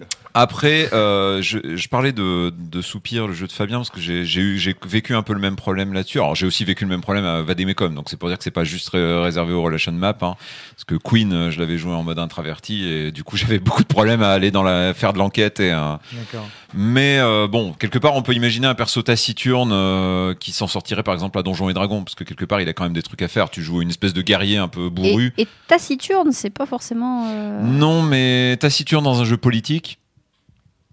C'est un peu l'introverti du jeu politique quand même, quoi. si on peut dire. C'est pas l'introverti de peut-être d'autres styles de jeu, mais là, sauf s'il faut. Bref.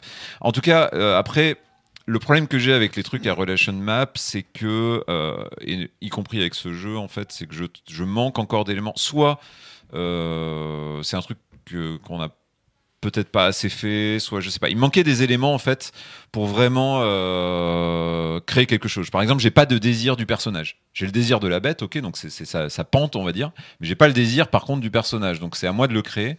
Sauf que bêtement, du coup, j'ai fait un perso et j'avais fait un personnage taciturne qui était amoureux de quelqu'un à Soupir, et c'était le même problème.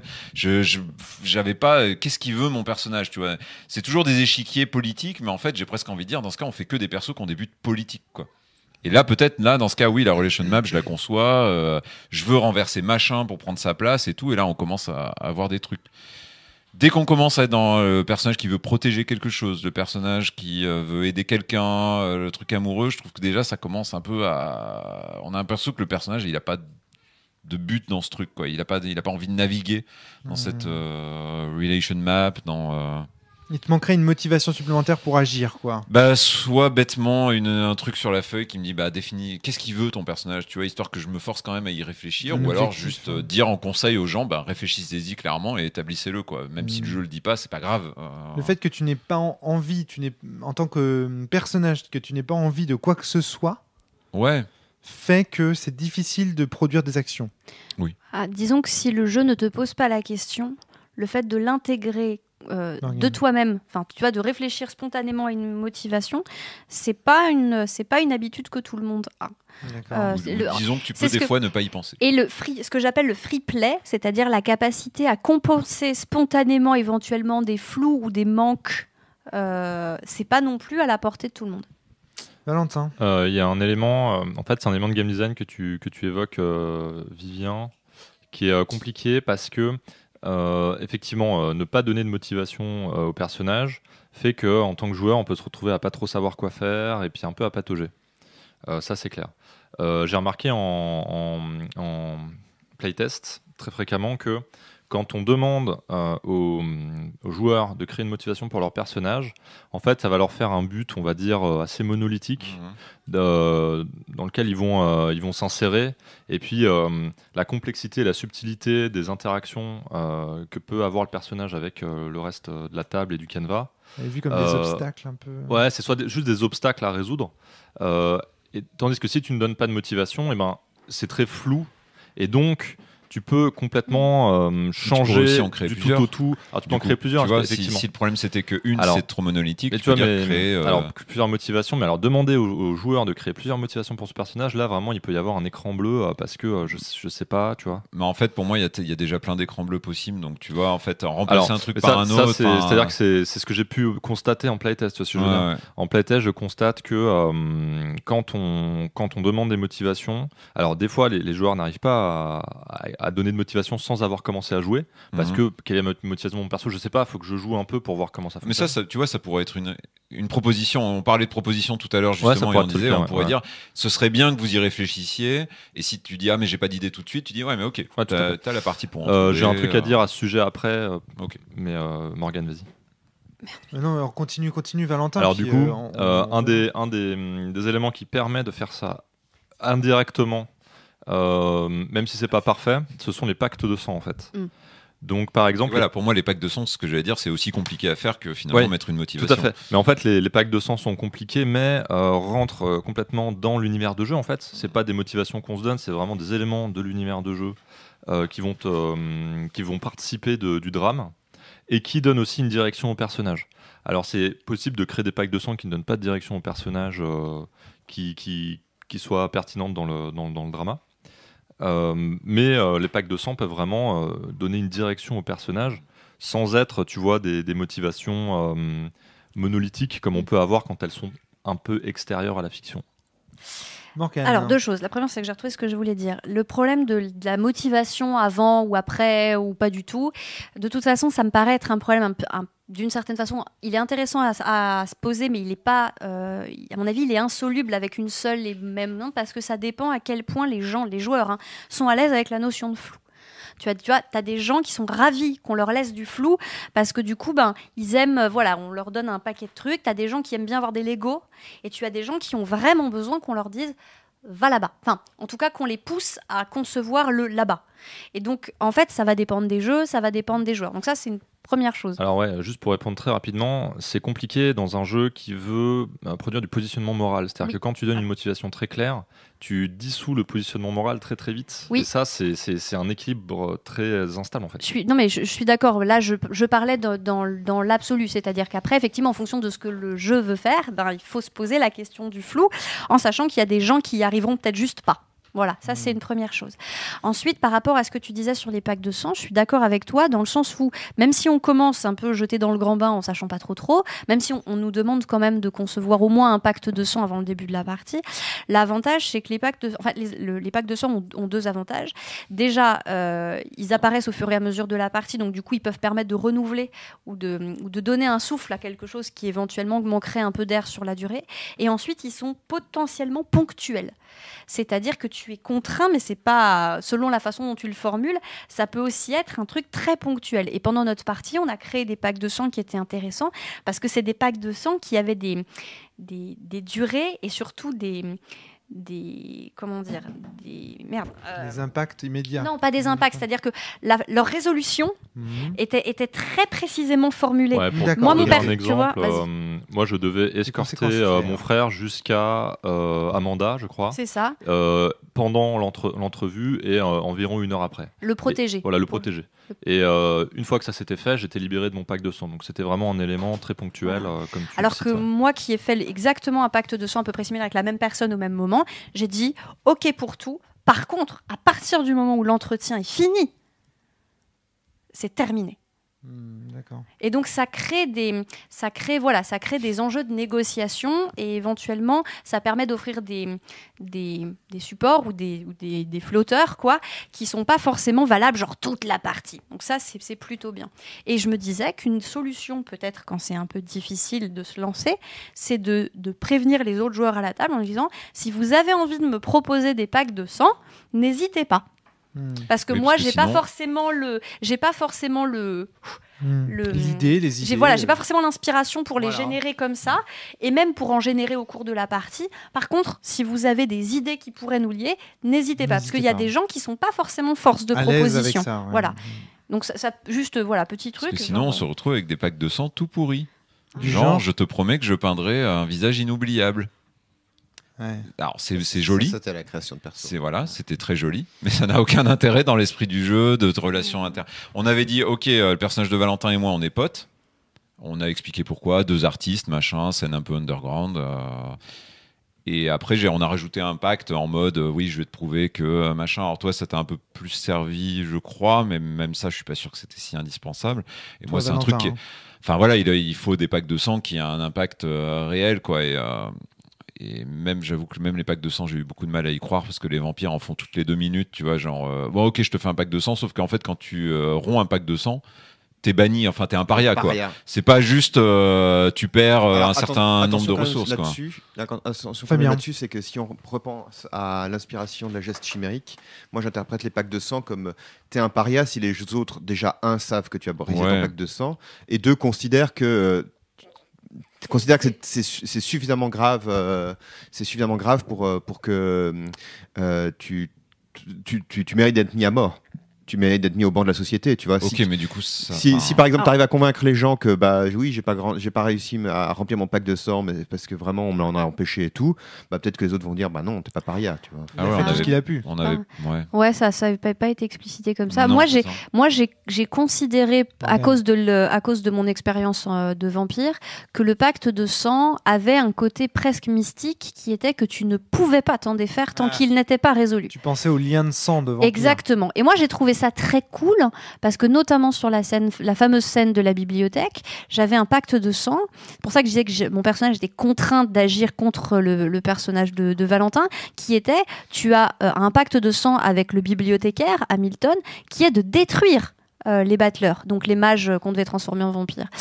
Et donc du coup, quand la tension a commencé à monter, genre oui mais tu vas les transformer en vampires, non mais je veux pas mentir. En fait, par effet presque mystique, je me suis dit là, ce serait bien et dramatique que, contrainte et forcée par son pacte de sang, elle prenne une décision qui est complètement hors mesure. Juste une question à Morgane, mais tu trouves pas que du coup, si on part de ce principe, il y avait plein de packs de sang qui faisaient un petit peu ouais, vas-y, allez, pack de sang, si ça t'embête, YOLO.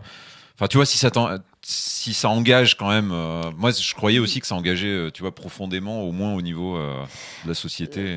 Bah après, je me souviens pas de tous les packs de sang qui ont été faits, mais j'ai l'impression qu'à chaque fois que quelqu'un doutait, l'autre lui disait bon, pack de sang. Bah, ok, pack de sang. En même temps, non, parce qu'il y avait quand même des enjeux à ces packs de sang, de fidélité, enfin, je veux dire, les drames sous-jacents à ces pactes de sang étaient assez importants. Et sur un jeu à campagne, parce que là, on a fait qu'une petite partie, mais sur un jeu à campagne, je pense qu'ils auraient gagné en importance et en ampleur et en intensité, parce que un pack de sang, après moi je les ai formulés, quand j'ai choisi mes packs de sang, je les ai formulés de manière à ce qu'ils soient vraiment contraignants, pénibles et chiants, quoi. Et il a fait le serment inviolable. Bah oui, mais c'est ça, genre je te protégerai toujours. Ouais. Tu fais, c'est l'enfer comme promesse, c'est l'enfer, et je trouvais ça génial. Et donc du coup, quand ton personnage est incapable d'agir parce qu'il est pris dans les flammes, et que à l'autre bout, en méta, tu sais que la personne que tu es censé protéger risque de se faire fumer, c'est génial en termes d'intention intense. Tu te dis, tiens, t'es en train de... du drama. Voilà, mais ça, c'est du drama comme on les aime, là. Ça, c'est du drama saignant, tu vois, bien cuit même. Fabien. Alors, pour m'éloigner un petit peu de la question du pack de sang, mais toujours pour répondre à la question de Vivien sur la motivation, il y a une règle qui est dans le jeu qui me semble intéressante et qu'on pourrait discuter, et qui peut-être aurait pu être utilisée pour Vivien, qui est une règle qui s'appelle dévoiler ses sentiments, donc qui pousse à raconter ses sentiments. Et il y a une phrase rituelle dans laquelle on peut... Un meneur comme un joueur peut demander à un joueur, à ce moment précis, quels sont tes sentiments ? À ce moment précis, quels sont tes sentiments ? Et donc, l'autre doit répondre en toute sincérité à cette question. Qui est une phrase qu'on n'a pas tellement utilisée, mais que je trouve être... Oh, quel dommage. Un petit peu quand même. Si. Un petit peu, oui. À des moments opportuns, tu vois. Mais tu vois, il y a des moments effectivement où par exemple, si moi j'avais mieux compris que Vivien était en difficulté pour trouver les motivations pour son perso, j'aurais pu lui dire, en fait. Non, j'étais pas en difficulté pour trouver les motivations, parce que je comprenais mon perso. C'est juste que. Ça t'a manqué. C'est juste que c'était un concept, branlant, quoi. D'accord. Mais à côté de ça, je trouve que, excuse-moi Morgane, je trouve que cette règle me semble quand même intéressante. C'est-à-dire, c'est pas seulement comment dire, pour se complaire dans le drama, même si ça peut être très bien de se complaire dans le drama, mais c'est aussi une manière de comprendre où en sont les autres et de pouvoir aussi jouer par rapport à ça pour les remotiver, pour les aider à avancer, etc. Et pour se trouver peut-être des idées aussi dans leurs sentiments. Ouais, il y a un autre effet de cette règle-là, c'est de encore plus amplifier le positionnement moral. Je vois Morgane qui hoche de la tête, parce que quand par exemple mon personnage fait quelque chose de louche ou de répréhensible, condamnable, et je décris simplement ses actes.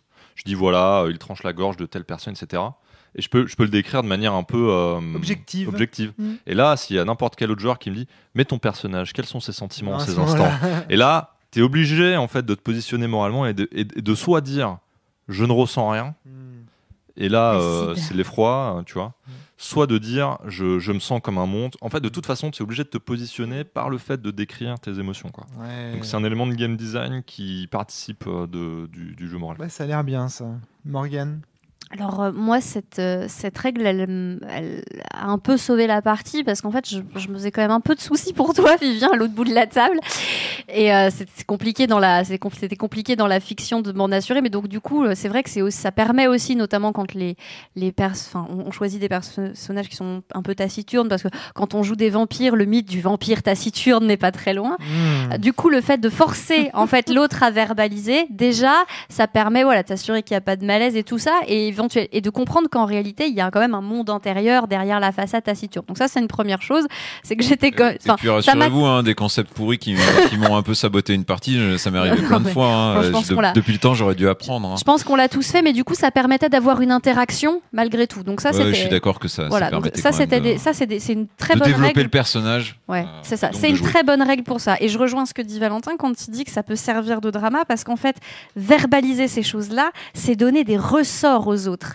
Et il a eu, à un moment donné, il m'a posé la question, genre à l'instant où il fallait exactement me la poser, parce qu'en fait, lui répondre, ça m'a permis de formaliser dans ma tête les ressorts que je voulais que tous utilisent à la table. Dire, ok, en fait, il va y avoir un bain de sang, et j'exulte d'avance à l'idée de les défoncer tous, voilà. Donc du coup, ça permet d'accentuer le côté très violent. Très très très violent du personnage, et donc de souder son rapport à la bête, tu vois, et de dire ok, je passerai pas la partie à moins de 2 ou 3D dans mon de bête là-dedans. Et ensuite, c'est vu que ça avait rapport à son frère, et je dis, et ton frère en fait il a fait un truc qui me répugne là. Et donc du coup, c'était poser 2 briques à la fois pour moi, mais aussi pour les autres, en disant ok, cette fondation là en fait elle est commune, parce que souvent on n'a pas accès à l'intériorité des personnages des autres en jeu de rôle. Qui a l'autorité pour poser cette question dans les règles du jeu? Tout le monde, à n'importe quel moment. Joueur, à n'importe quel autre. Même soi-même, on peut se dire, et là mes sentiments. Alors bien sûr, là tu peux dire à cet instant, je ressens de la culpabilité spontanément. Et franchement, je trouve ça génial. D'accord. Déjà parce que ça permet éventuellement de désamorcer, parce que si tu sais pas trop quoi dire, tu as toujours moyen de te raccrocher à ce truc-là. Donc en fait, il y a toujours du contenu qui est généré. Et parce que ça permet aussi, voilà, quand tu es un peu taquin et tout ça, d'aller voir un joueur et de lui dire ah ouais, et comment tu te sens là maintenant? Et ça, c'est bon, ça. D'accord, ok. Fabien ou Valentin? Alors Fabien, moi, j'ai plein de trucs à dire. Ah. Moi aussi, je pense que ça va se répondre. C'est des éléments de conception, j'imagine. Alors, vas-y, je te laisse commencer. On y va. Vous allez vous faire le yo-yo du micro là. Je terminerai avec ma critique générale du jeu, tiens, comme ça, pour garder un peu de suspense. Oh, mon Dieu. Non, mais ça va. Il y a un autre truc que je trouve intéressant, c'est la question des secrets. Donc, je suis allé regarder à nouveau les règles. J'ai dit tout à l'heure qu'il n'y avait pas de règle concernant les secrets, c'est faux. Il y a une règle concernant les secrets, page 129, qui s'appelle « Pas de secret ». Ouais, mais non, mais oui. Donc si. voilà, qui est une règle qui est évidemment est hautement intelligente, qui est l'héritière, parce que en fait, ce que je trouve intéressant dans Damnée, c'est qu'il y a une espèce de généalogie des jeux, tu vois, derrière Damnée, enfin il y a une espèce d'inspiration, et c'est la règle, enfin. La règle originelle, pour moi, c'est dans Dogs in the Vineyard, révélez activement votre préparation. D'accord. Donc, ne gardez pas des secrets. Et je me suis souvenu de cette règle pendant la partie.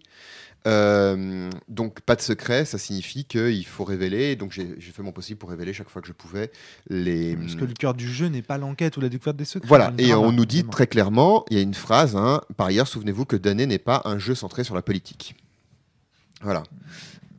Néanmoins, il y a quand même un truc que je trouve intéressant à discuter, qui est que il y avait certains moments dans la partie où il y a des personnages qui disaient des trucs opposés, du genre « Ah, c'est toi qui nous as vendu, enfoiré d'Elias. Non, c'est pas moi qui vous ai vendu. C'est lui, c'est Lex. C'est un traître depuis le début. Non, c'est pas vrai. » Bref. Et je trouvais quand même intéressant en termes de drama que tu sois obligé parfois de prendre des décisions sous pression, dans des moments où si tu temporises en disant ah oui mais je prendrai un peu plus de temps pour décider, et ben tu risques de perdre une occasion, ou ça risque d'être quelqu'un d'autre qui va prendre la décision à ta place. Donc le secret n'est pas un but en soi, mais ça peut être un truc qui renforce le jeu moral ou le vide fertile narrativiste de ce point de vue-là.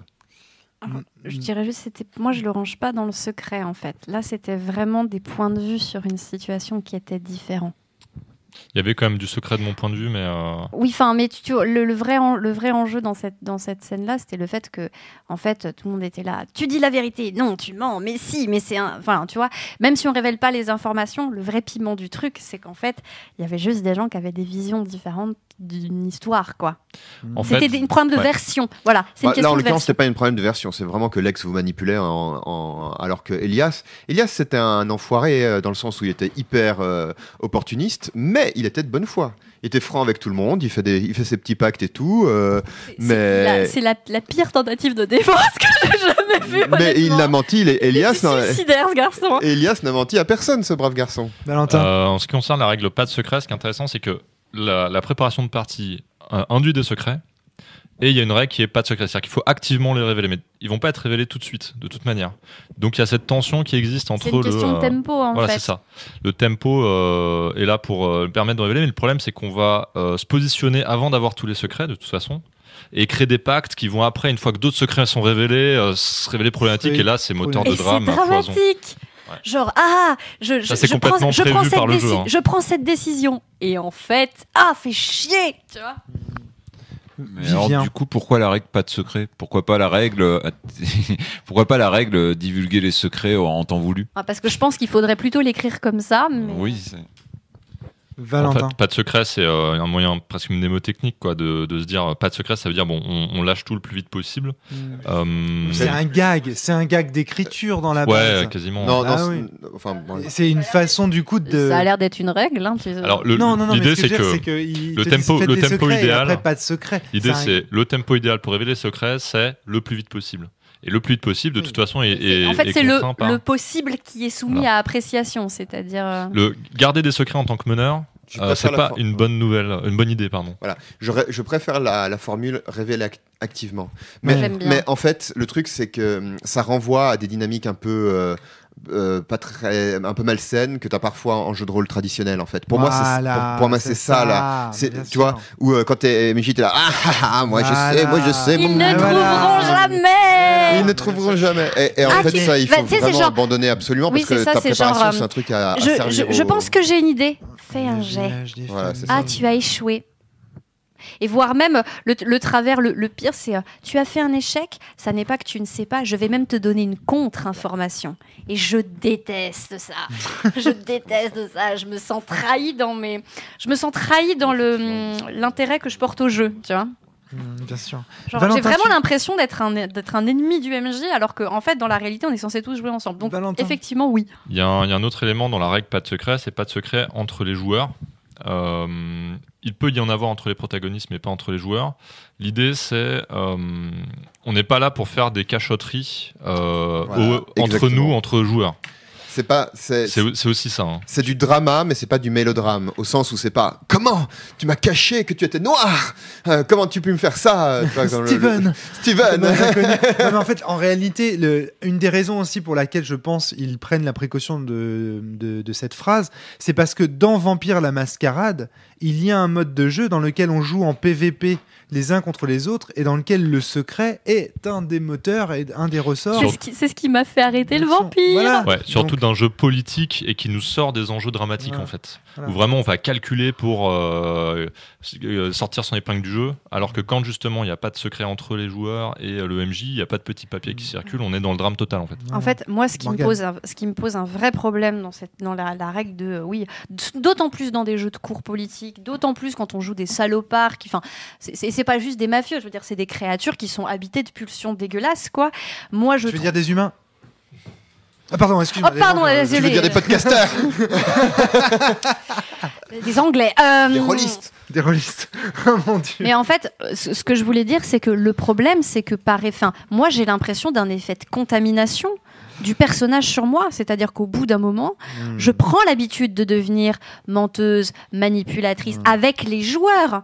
Parce que en fait, l'information passe comme ça. Non, c'est à travers le personnage, mais il n'empêche que Donc, c'est moi aussi... qui développe des compétences de manipulation, Ouais, c'est moi qui mens, et je déteste ça. Et ça m'a fâché avec le vampire de façon irrémédiable, en fait.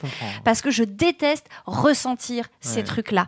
Pire encore, je déteste savoir que pour certaines choses, je suis douée à ça. C'est quelque chose que j'aurais préféré ne jamais apprendre. Non, mais tu vois, savoir que tu peux manipuler quelqu'un très bien en jouant sur ses cordes sensibles, etc. J'ai détesté vivre ça et savoir que j'y réussissais.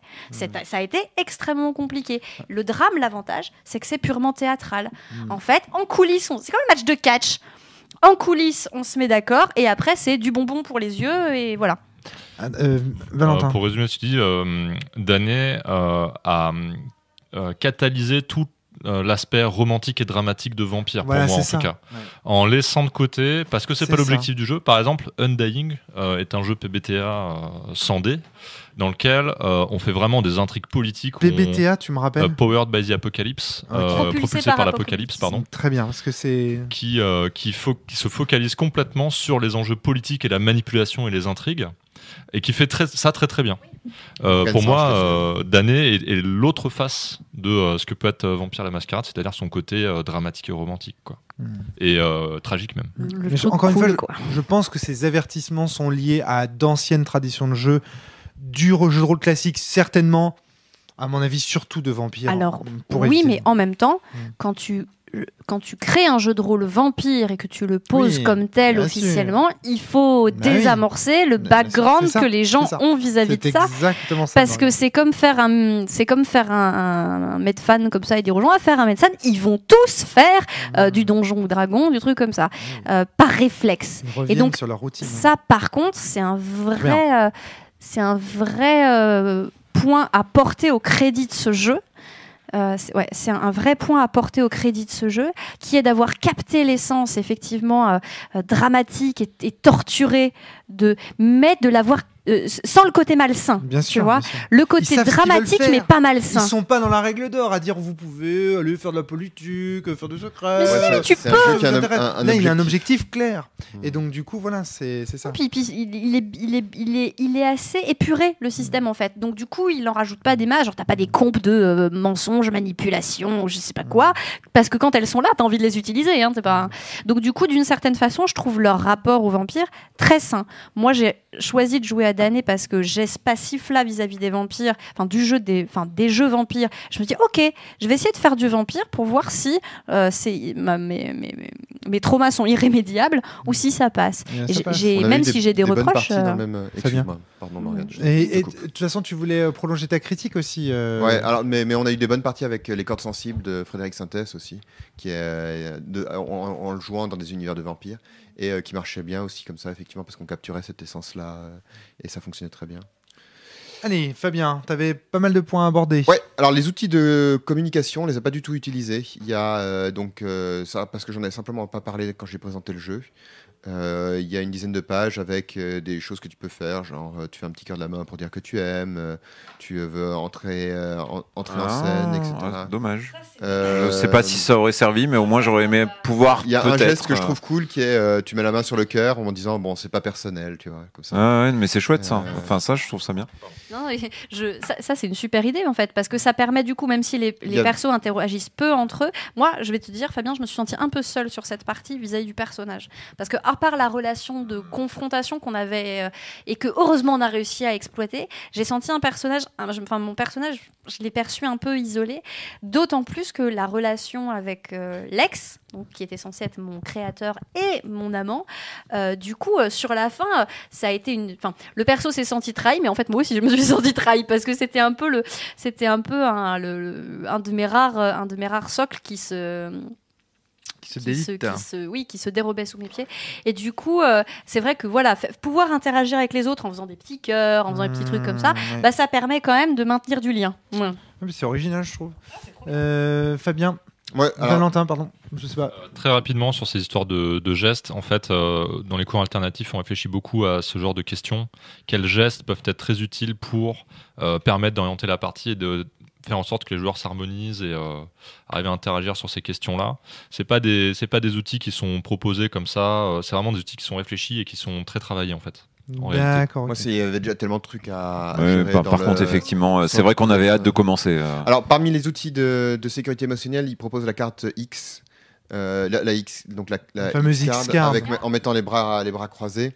Moi, je veux dire que je ne l'ai pas utilisé, je voulais pas l'utiliser depuis la critique de P.H. Lee, qu'on connaît également sous le nom de Ben Lehman, qui sur ce point m'a vraiment convaincu. On en reparlera, je pense. Tellement contre, mais bon, bref. Ben Lehman. Contre Ben Lehman. Il est contre Ben Lehman. Tout contre. Non.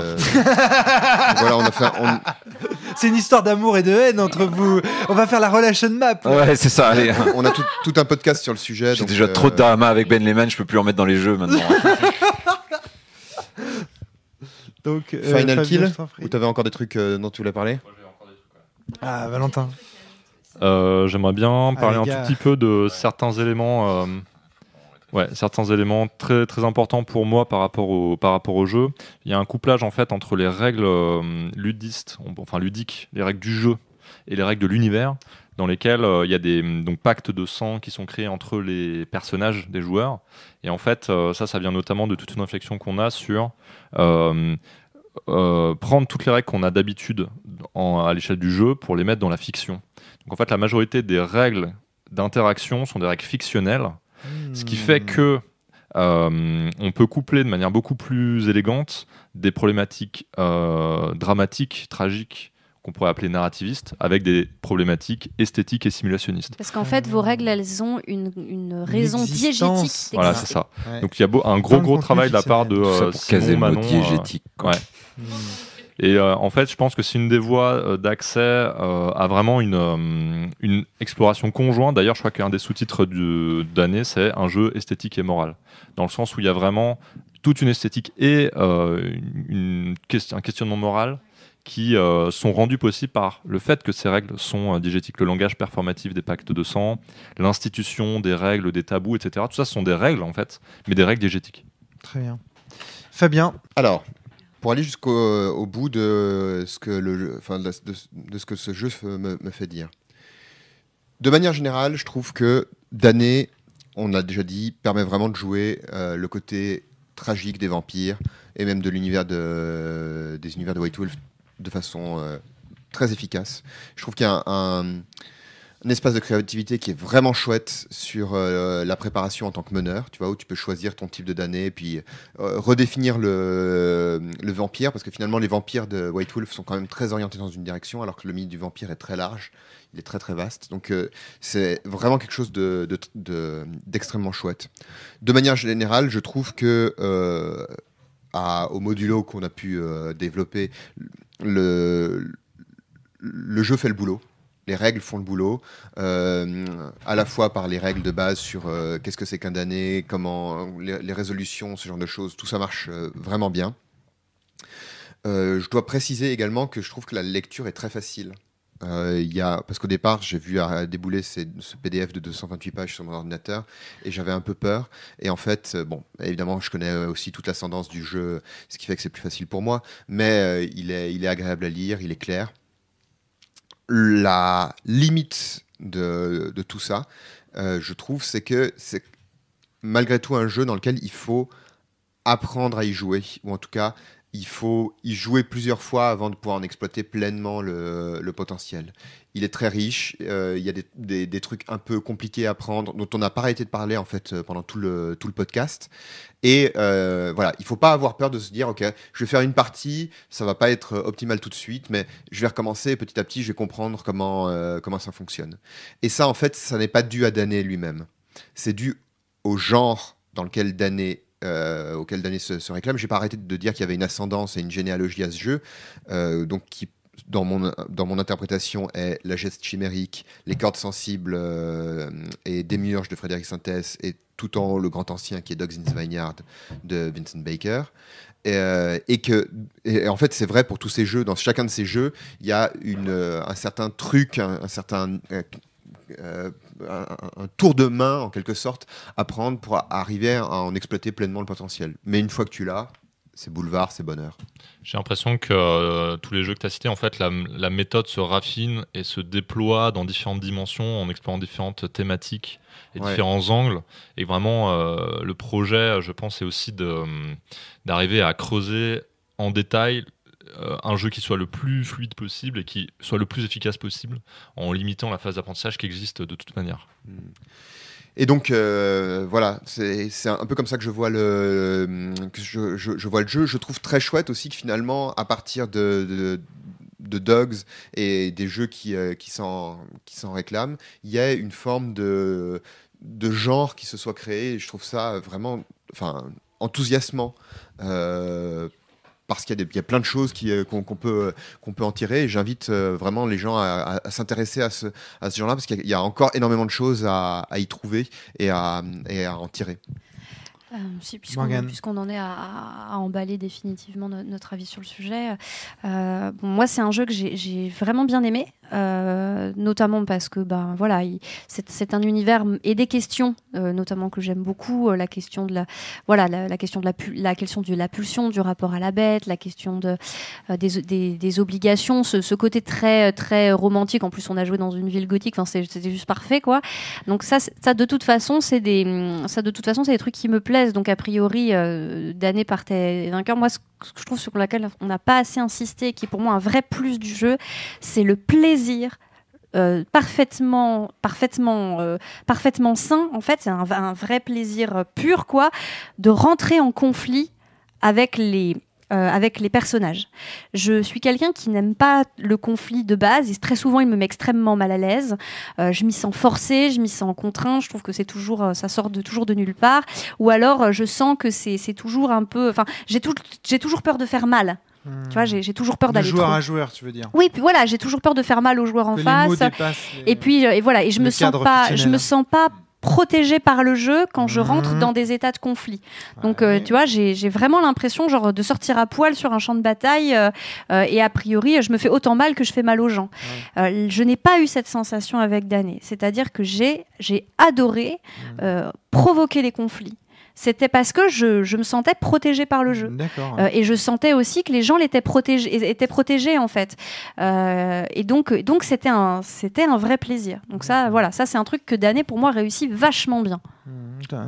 Tu vois, sur la phase d'apprentissage, par exemple, je continue à parcourir le jeu, page 159, il y a donc dans la section conseil de création, il y a donc conseil pour présenter son canevas, il y a une partie qui s'appelle dévoiler ou non les désirs, et qui renvoie exactement à ce dont je parlais tout à l'heure sur la question du secret, et qui développe de manière un peu plus précise. Donc ça, par exemple, c'est quelque chose qu'il aurait fallu que je ferai mieux à la prochaine partie sur comment dévoiler les désirs des figurants. Des membres, je suis d'accord avec Fabien sur la notion d'apprentissage que j'ai effectivement senti. Notamment, la création de perso m'a paru un peu fastidieuse au niveau des packs de sang. C'est-à-dire que une fois qu'on était lancé, qu'on avait de la matière sur laquelle se reposer pour créer des packs de sang, ça allait. Mais c'est vrai que les premières 15-20 minutes de jeu, et même la création de perso en tant que telle, la génération des packs de sang, moi j'ai trouvé un peu raide. Enfin, tu vois, j'avais du mal à comprendre ce que ça allait impliquer, comment faire de façon intéressante et pas cliché. Enfin, c'était un peu tendu. Je sais pas s'il y a... Tu feras mieux la prochaine fois. Voilà. C'est ça que tu veux dire. Donc il faut que les gens qui jouent à Dané s'inquiètent pas. Et c'est vrai, il faut le dire qu'à mon avis, des gens qui ont pas trop l'habitude, notamment des relation maps, ou qui sont des gens qui sont pas forcément très à l'aise avec le free play, donc le fait de générer spontanément du contenu pour combler les flous, pourraient trouver le jeu un peu exigeant au début. Tu vois, c'est un peu à grand bain, parce que faire du drame quand on n'a pas l'habitude d'en générer, c'est pas évident. Bien sûr. Et ça peut mettre mal à l'aise. Mais bon, après, avec un tout petit peu de temps. Et à part pour quelques gens très doués, ça n'est jamais évident. Enfin, c'est pas qu'une question d'habitude. Pour moi, c'est jamais évident. C'est toujours un effort et une douleur. Et enfin, le moment où et puis on jette comme ça. Parce qu'en plus, t'as envie de créer du drame qui soit bon, quoi. C'est-à-dire du drame où les gens, ils ont matière à aller plus loin. C'est un exercice délicat. Et en plus, il y a des kilomètres de conseils. Alors ça, c'est dans la base, dans le bouquin, il y en a. Enfin, j'en vois encore. Je les ai tous lus, mais évidemment, mais tu vois. C'est pas mais la question peut être soulevée. C'est cool qu'il y ait plein de conseils, mais si ton boulot ensuite en tant que seul lecteur du bouquin, c'est de transmettre tous ces conseils, tu peux pas le faire en une seule Voilà. fois. voilà, c'est ça c'est quoi. ça. Enfin, Il faut le et si faire en plus il plusieurs faut créer fois, tu vois. l'univers, enfin, Si on, tout si ce là, que t'as à si là on transmettre, rejouait, je vous dirais bon ben à partir de cette fois-là, on Lisez le implémente. bouquin. Est-ce que tu, Moi, est-ce j'ai eu que tu l'impression verrais d'une partie didacticielle, une bonne c'est- partie didacticielle, cette mais un espèce de didacticiel branche quand même. de jeu dont tu parles, un petit peu comme à chaque fois des espèces de, j'allais dire un peu comme des travaux de recherche sur une, tu vois ce que je veux dire, où chaque fois ils Alors apportent. la référence à la recherche, c'est la référence qu'on avait déjà eue dans le podcast sur Vademecum, enfin mon avis sur Vademecum, Ouais. où finalement, oui, ce qui est intéressant et ce qui est le cœur pour moi d'une démarche intellectuelle, mais que ce soit scientifique ou artistique, c'est de se mettre dans une conversation avec d'autres personnes, c'est-à-dire dire, enfin, Et là, le conversation jeu dans revendique ses parentés, discute avec elle. Alors, je sais plus ce qu'il dit exactement, quelles sont ses inspirations. Non, mais c'est toi qui le dis. Là, officiel, dans le ça, podcast. c'est moi qui. C'est ton ressenti. C'est ça mon que- ressenti, mais enfin, du peu que je connais de Manon et Simon, je pense que je me trompe pas trop. Non, qu'est-ce que t'en penses, Valentin, là-dessus Je pense que oui, les inspirations. Je crois pas que Manon et Simon aient joué à Démiurge, mais bon, les liens de parenté qu'on a évoqués sont assez clairs quand même. Alors, les C'est pour inspirations moi, en tout cas, ouais. officielles sont donc Amour, gloire et chevalerie de Valentin T, qui est l'ancien nom de la geste chimérique, Libreté de Vivien Féasson, et oui, Ouais, les billes. J'y ai pensé à un moment donné. Inflorenza Minima de Thomas on Munier. n'a pas vraiment parlé de ce qui se rapprochait, je crois. On n'a pas beaucoup parlé. Non, de mais tu sais, le l'histoire coup de des dés, cœurs, le coup de faire des symboles, Ah, par exemple, quand oui. tu parles, Undying. ça oui. se rapproche vachement de la démarche qui consiste à décrire une action et à prendre une Je bille crois noire. qu'il en parle Alors, surtout laissez-moi pour une aller jusqu'au mécanique bout. qu'on n'a Donc, pas trop Undying abordée. de Fabien. Paul Riedel, et enfin Vampire la Mascarade et Vampire le Requiem. Sans déconner. Plus Requiem que Mascarade, d'ailleurs. Ok. Donc oui, si tu veux, il y a effectivement, je trouve, il y a une conversation, peut-être qui se fait même à l'insu des gens qui prennent parti, et je trouve ça vraiment intéressant parce que c'est aussi une manière de progresser. Très bien. Merci en tout cas, Fabien, de nous avoir fait. Je peux dire juste un truc court. Hein. Alors, juste c'est pour- une critique négative. Ouais, non, mais c'est juste un truc. Non, c'est pour dire, j'avais posé la question en début de jeu, on m'a dit c'est ce que tu veux. Pour moi, ce n'est pas un jeu vraiment à one shot. Ou alors, il ne faut pas faire créer les personnages aux joueurs, il faut des pré-tirés. Donc j'encourage fortement Manon et Simon à faire un cadre pré-tiré. Bien développé pour faire du one shot, parce que vraiment quand on sort de la création, enfin on a envie de jouer, on n'en peut plus et on est déjà crevé avant même de commencer, et ce serait vraiment cool là-dessus. Et j'encourage aussi du coup à être très clair, à définir presque en amont, et c'est ça le problème, parce qu'il y a beaucoup de choses à définir dans ce jeu du coup, puisqu'il faut créer le cadre, ce que c'est qu'un vampire, ce que c'est que le damné que vous jouez, etc. Parce que pour moi il y a eu une grosse zone de flou aussi là-dessus. Les vampires ils se déplaçaient le jour d'un coup finalement, mais ils aimaient pas ça, et puis enfin voilà, voilà, est-ce qu'ils pouvaient manger, enfin c'était voilà, donc j'encourage vraiment à bien aussi établir ça quoi, mais en tout cas surtout à faire un kit de démo avec des pré-tirés et un truc où on se lance dans la partie, mais surtout s'il faut essayer comme tu dis et se casser les dents une première fois, un comble pour des vampires. C'est ce qu'a fait Fred avec Démiurge. Je sais qu'il est en train d'écrire tu vois, parce qu'effectivement il y a un apprentissage du jeu qui est conséquent, qui est indubitable, qui fait partie du. Je garde le reste parce que c'est vrai que ça fait longtemps qu'on parle, donc on va pas non plus. Non, on est fatigué aussi. On commence à fatiguer, voilà, c'est ça. Merci en tout cas, Fabien, de nous avoir apporté ce damné dans ta besace. Merci Valentin. Merci Vivien, merci Morgane. À très bientôt tout le monde. Salut. Portez-vous bien. Merci et surtout Simon et jouez Marion. bien. Et jouez à damné. Salut. Bye.